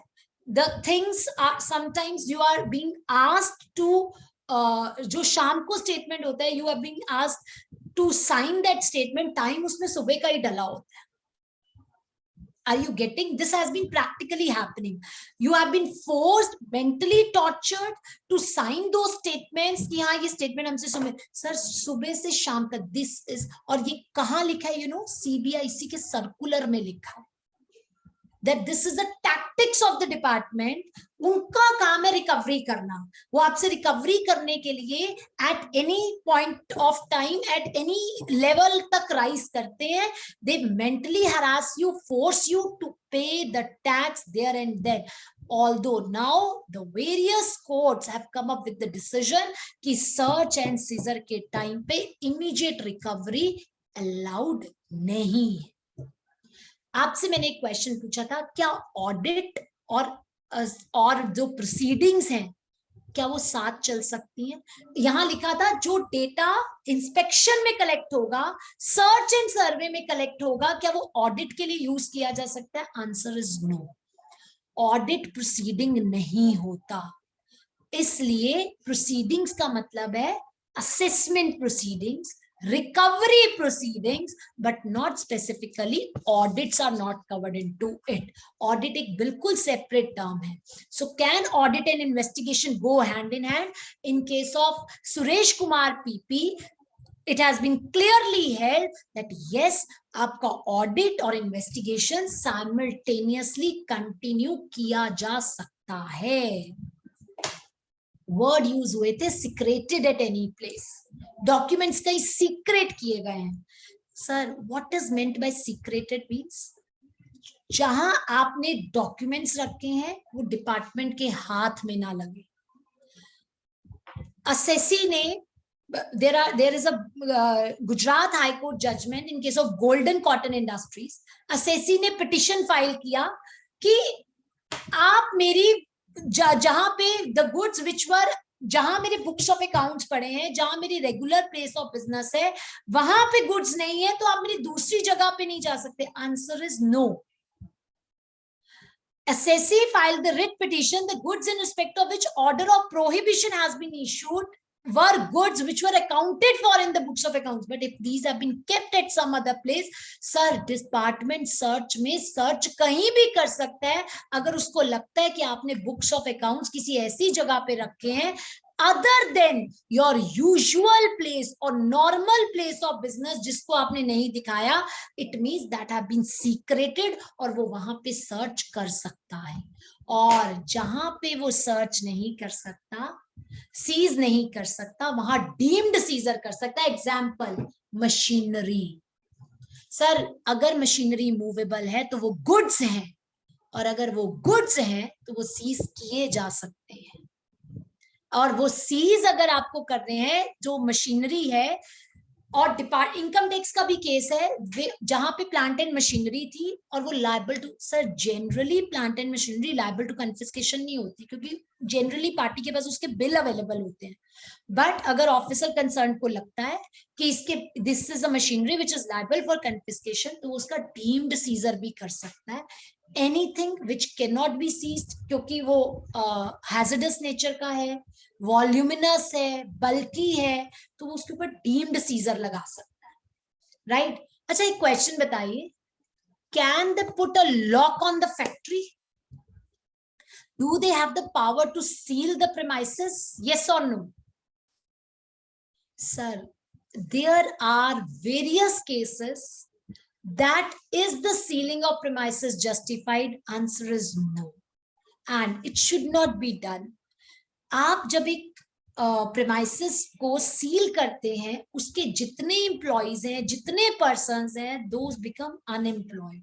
टैक्स का मतलब ये नहीं है कि आप इकोनॉमी को हिलाइए, आपको रिकवरी करनी है। So it has been held in various courts by the Muhammad in case of Muhammad Salim Muhammad Ismail case, by Gujarat High Court, Delhi High Court, it has been clearly held that the sealing of premises is not justified. Friends, as per the section 67, उन्हें आपके वो documents, वो चीजें जो कि not required है, वो वापस कर देनी चाहिए। But let me tell you, जब तक कोर्ट इंटरफेयर नहीं करते, ना तो कोई चीज, ना कोई डॉक्यूमेंट वापस किया जाता है। और प्रैक्टिकली जो स्टेटमेंट होती है उसकी कॉपी भी पर्सन कंसर्न को नहीं दी जाती। इट इज ओनली थ्रू, वो कहते हैं ये रिलाइड फॉर डॉक्यूमेंट्स है, जब सेक्शन 73 का 70 जब रिकवरी के नोटिस आएंगे तब आप रिलाइड फॉर डॉक्यूमेंट्स में लेना। It is only through the intervention of the courts कि जो सीज्ड मटेरियल है या जो स्टेटमेंट की कॉपी है वो आपको प्रोवाइड की जाती है। So in case of search and seizure there has been lots and lots of harassment. Even अगर you have the power to take the copy of the seized document as per 67(5), but practically, see, you have the case of High Ground Enterprises also. It was only through the intervention of the courts that these copies were provided. CPC के आपने सम्मन के लिए जाना है, आपको कहाँ search करना अलाउड है, सारे प्रोविजन क्रिमिनल प्रोसीजर कोड की को कंसिडर करके लगेंगे। एक आई गिव यू एन एग्जांपल, जैसे कि सेक्शन 100 है, वो कहता है कि there must be, the search must be in the presence of the witnesses. And you know what is practically happening? Sir practically taxi drivers, वो कहते हैं लोकल पर्सन का होना चाहिए, inhabitant of the said locality होना चाहिए, उसका witness होना चाहिए। और जनरली व्हाट हैपेंस, लोकेलिटी का कोई भी पर्सन विटनेस बनने को तैयार नहीं होता क्योंकि क्रिमिनल प्रोसीडिंग्स अवेलेबल है। It has been found in various cases that the independent witness like taxi drivers have been considered, and the witnesses are not independent. The police officers have been taken as the witness. क्या witness गलत होने से मेरी सारी proceedings खत्म हो जाती हैं? The answer is no. But ये विटनेस की इंपॉर्टेंस को कम कर देता है। On the face of it proceeding खत्म नहीं होती, बट इट रिड्यूसेस। सो ये जो सारे प्रोविजन है, राइट ऑफ साइलेंस, विटनेसेस की प्रेजेंस, कौन से प्रेमाइसेस, अब you know what has been the level of harassment. The 3 ladies were alone at the house and the search was conducted day and night. This is where the human rights also gets involved. You cannot do so because the Criminal Procedure Code of India does not allow you to conduct such sort of operations. So, but practically what has been seen, ki the officers concerned do not adhere to such norms. Apart from that, reason to believe होना चाहिए। Friends, reason to believe income tax में भी है, आ गया section 147 याद, वहां पे तो कुछ लॉ भी चेंज हो गया है कि रीजन टू बिलीव के regarding. But what is reason to believe? Suspect के बेसिस पर आप इंस्पेक्शन सर्च एंड सर्वे नहीं कर सकते. You must have some material on record. आप not a reason to suspect, मुझे डाउट है कुछ पढ़ा है, no.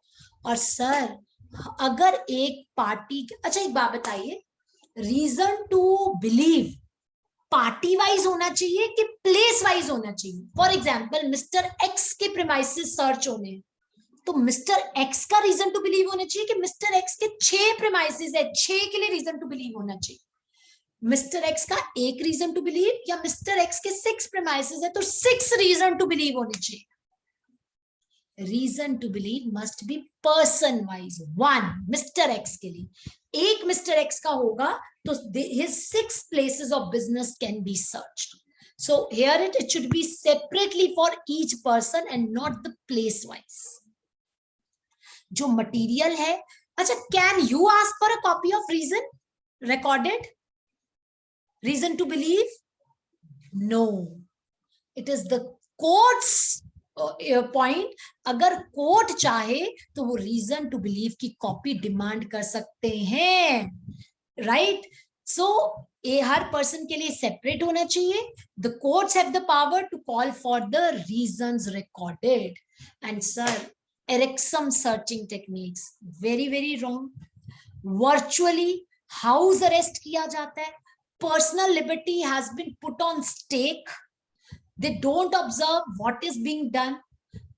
The person is bound to sit for long hours. Mentally torture kiya jata hai. Sometimes the person is, sir, it is mandatory to put the cameras when the person must be put under the surveillance as per various courts judgment, even held in case of Paresh Nathalal Chauhan. But CCTV cameras nahi hai. The person was not even allowed to use the washrooms. Full night he is made to sit in the department. So this is how the tactics have been used in order to make the recoveries. I told you friends, authorized representative कुछ cases में allow करते हैं, कुछ cases में allow नहीं करते हैं. कहीं पे डिस्टेंस, हियरिंग डिस्टेंस अलाउ है, कहीं पे विजिबल डिस्टेंस अलाउ है. आप सिर्फ देख सकते हैं, सुन नहीं सकते, राइट? सो इंटरफेयर नहीं कर सकते in case of the statement and other proceedings. The last topic, recovery. Bhumi Associates में court has heavily come on to the department.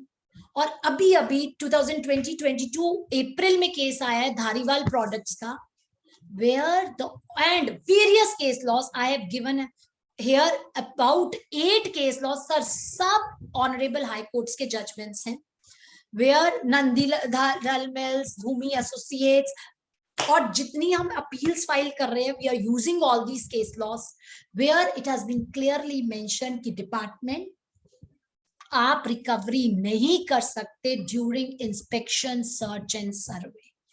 All these case laws talk about that the recovery which is made during this period is not considered to be ये वो क्या करते हैं sir, जब आपसे statement लिखवाते हैं ना तो वहां लिखवा देते हैं it is a voluntary payment under 73(5). Department ने हेल्ड किया है ये वॉलंटरी पेमेंट नहीं है, आप इसको वॉलंटरी पेमेंट नहीं मानोगे, और पर्सन को राइट है कि वो लेटर ऑन, क्योंकि इंस्पेक्शन चल रही है और जब ये कंक्लूड होगी इनकी assessments, at that time person को राइट है रिफंड ऑब्टेन करने का. It is not a voluntary payment, right? So these were the provisions of section 67.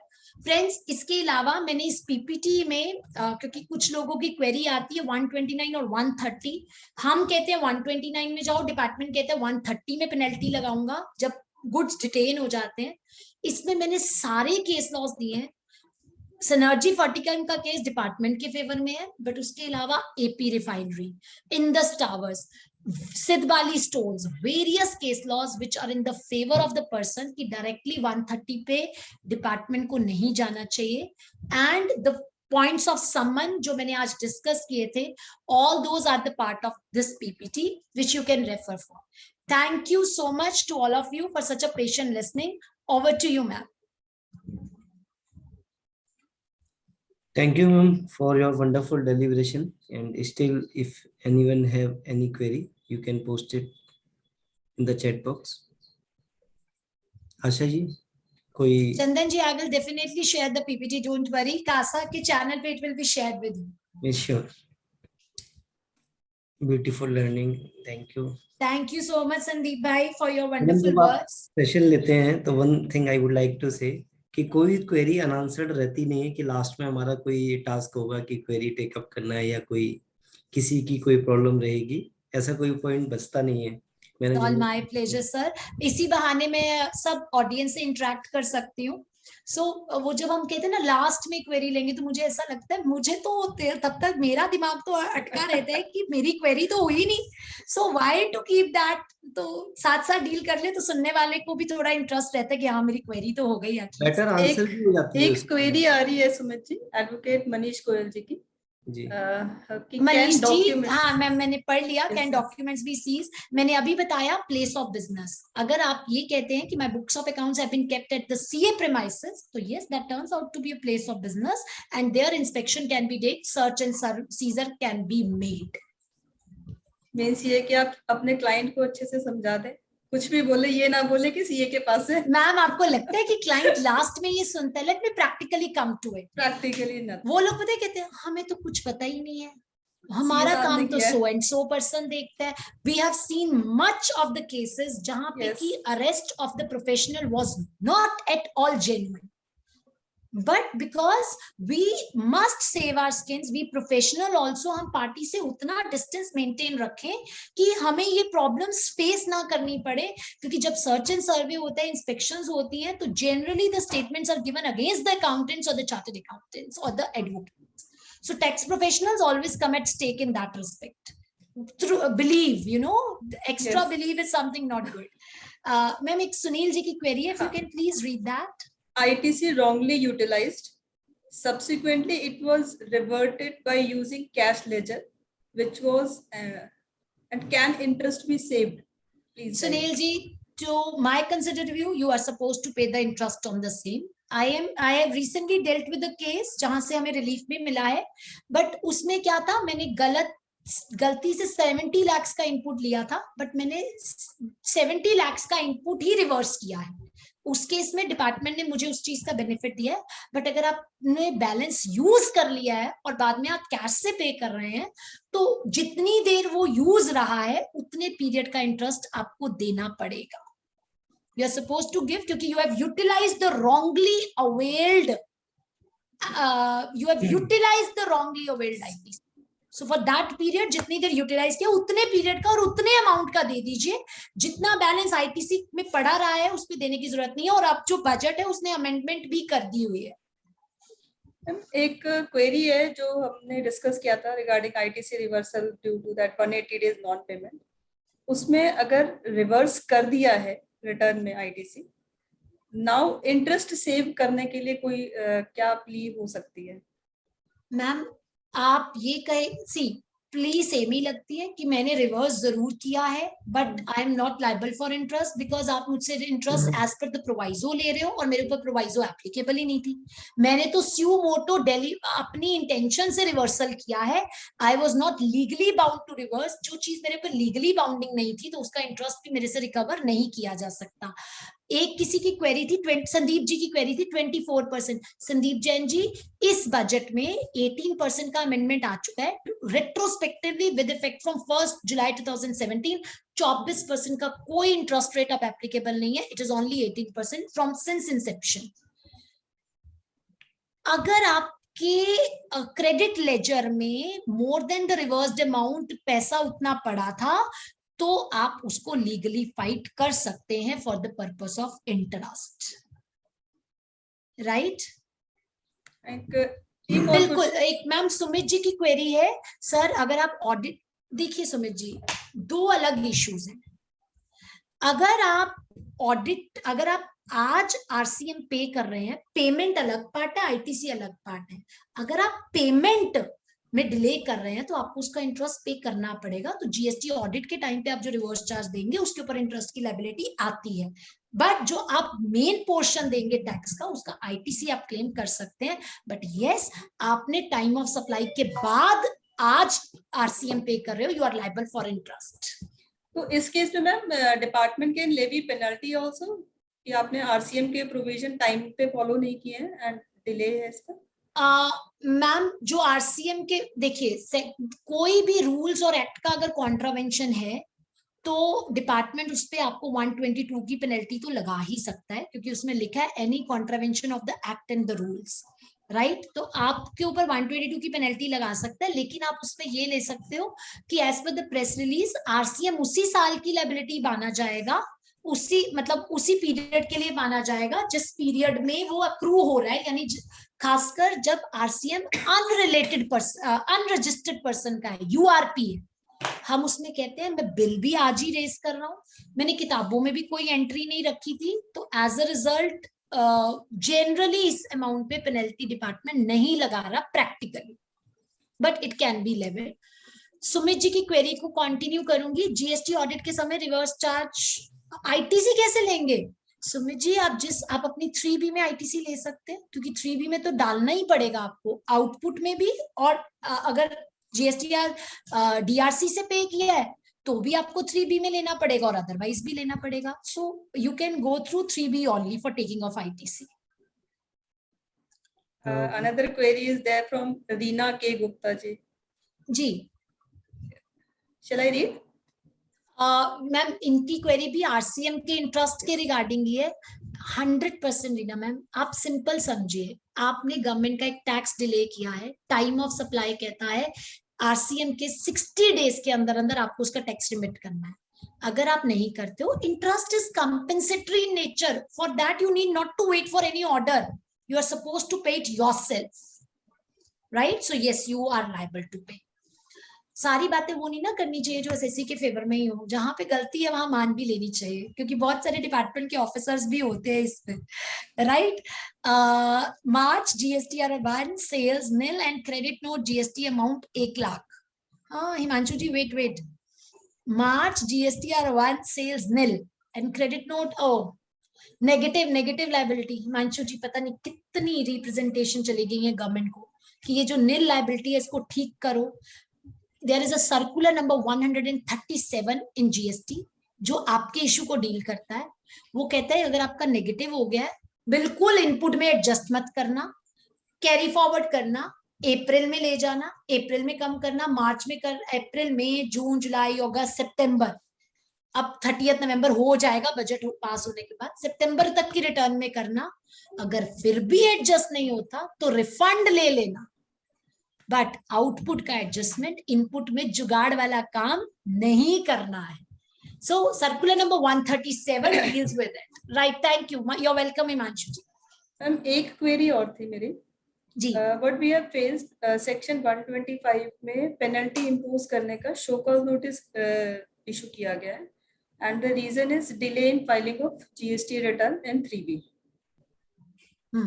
तो इसमें जैसे एक मंथ में उन्होंने 10,000 का शो कॉज दिया था, सेकेंड मंथ में 20,000 का दिया है, and in both the cases return has already been filed before issuance of that show cause notice. Okay. So what we should reply? और एक में उन्होंने ऑर्डर पे कर दिया कि नहीं, मतलब no reply is considered and you need to pay that penalty. I can understand, ma'am.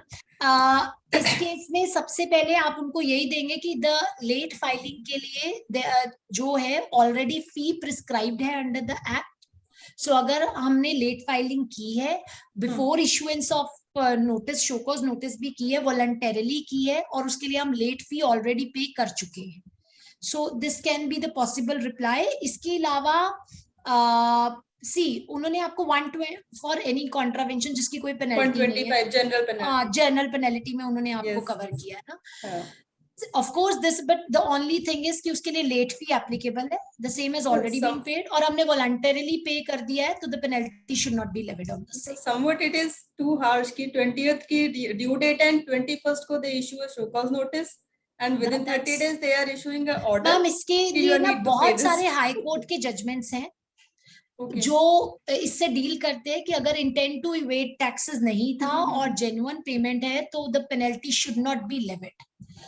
I also come across the same case law. मैं आज ही I was working on its appeal.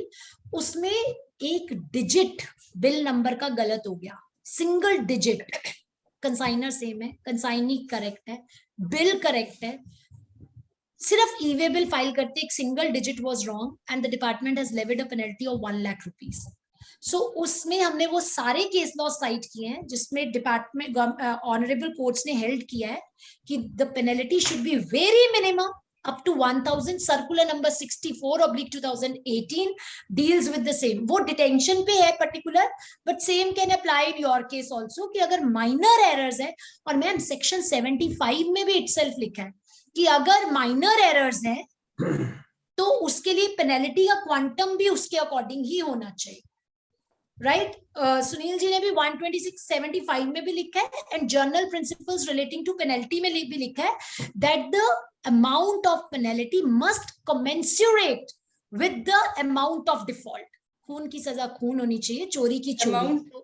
Amount of penalty कैसे ascertain हो इसमें, because obviously ma'am circular कहता है कि अगर minor breaches है 5000 से कम अमाउंट का, अगर आप माइनर ब्रीच उन्होंने 5000 का अमाउंट माना है, अगर उससे कम का रेवेन्यू लॉस है that is a minor breach और उसके लिए पेनल्टी नहीं लगनी चाहिए.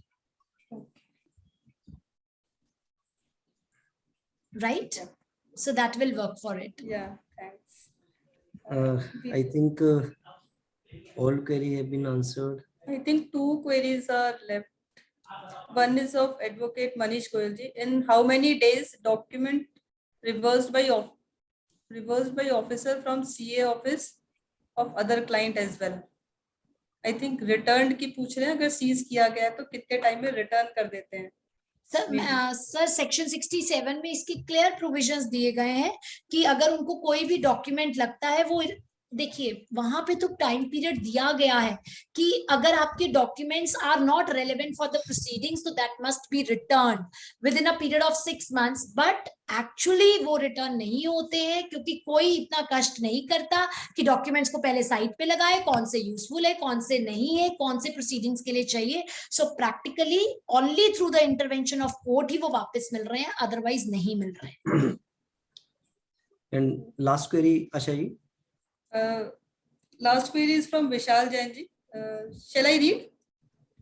Yeah, can we, इतनी बड़ी सी query Vishal ji, can we claim the ITC not coming into, we have not filed GSTR1 for the month of Jan, Feb, March. If we file it, will result in tax liability of 50 lakh. Input is not coming in 2B because the accountant supplier is hospitalized, so he has not. Sir, whatever has been the reason, Vishal ji, अगर एक चीज 2B में नहीं आ रही है क्योंकि वो delay, आपका जो बेसिक क्वेश्चन ये है कि 2B में वो एंट्री रिफ्लेक्ट नहीं हुई क्योंकि सामने वाले ने डिले कर दिया था in filing of the return due to any medical reasons और otherwise. So in that case, I have given the entire उसके केस लॉज और सब I have made the part of PPT जहां पे ये कहा गया है substantive provision cannot be taken up by procedural lapses. अगर मेरी कोई चीज 2B में नहीं भी आ रही है, 2A में नहीं भी आ रही है, you cannot say me कि वो राइट मेरे से ले लिया जाए. लेकिन नॉन लिटिगेटिव व्यू ये है आपका वो ITC डेफर हो जाएगा. स्टिल उसके जो आर्ग्यूमेंट्स हैं अगर आपने ले लिया है, so that arguments are available and are the part of the PPT itself.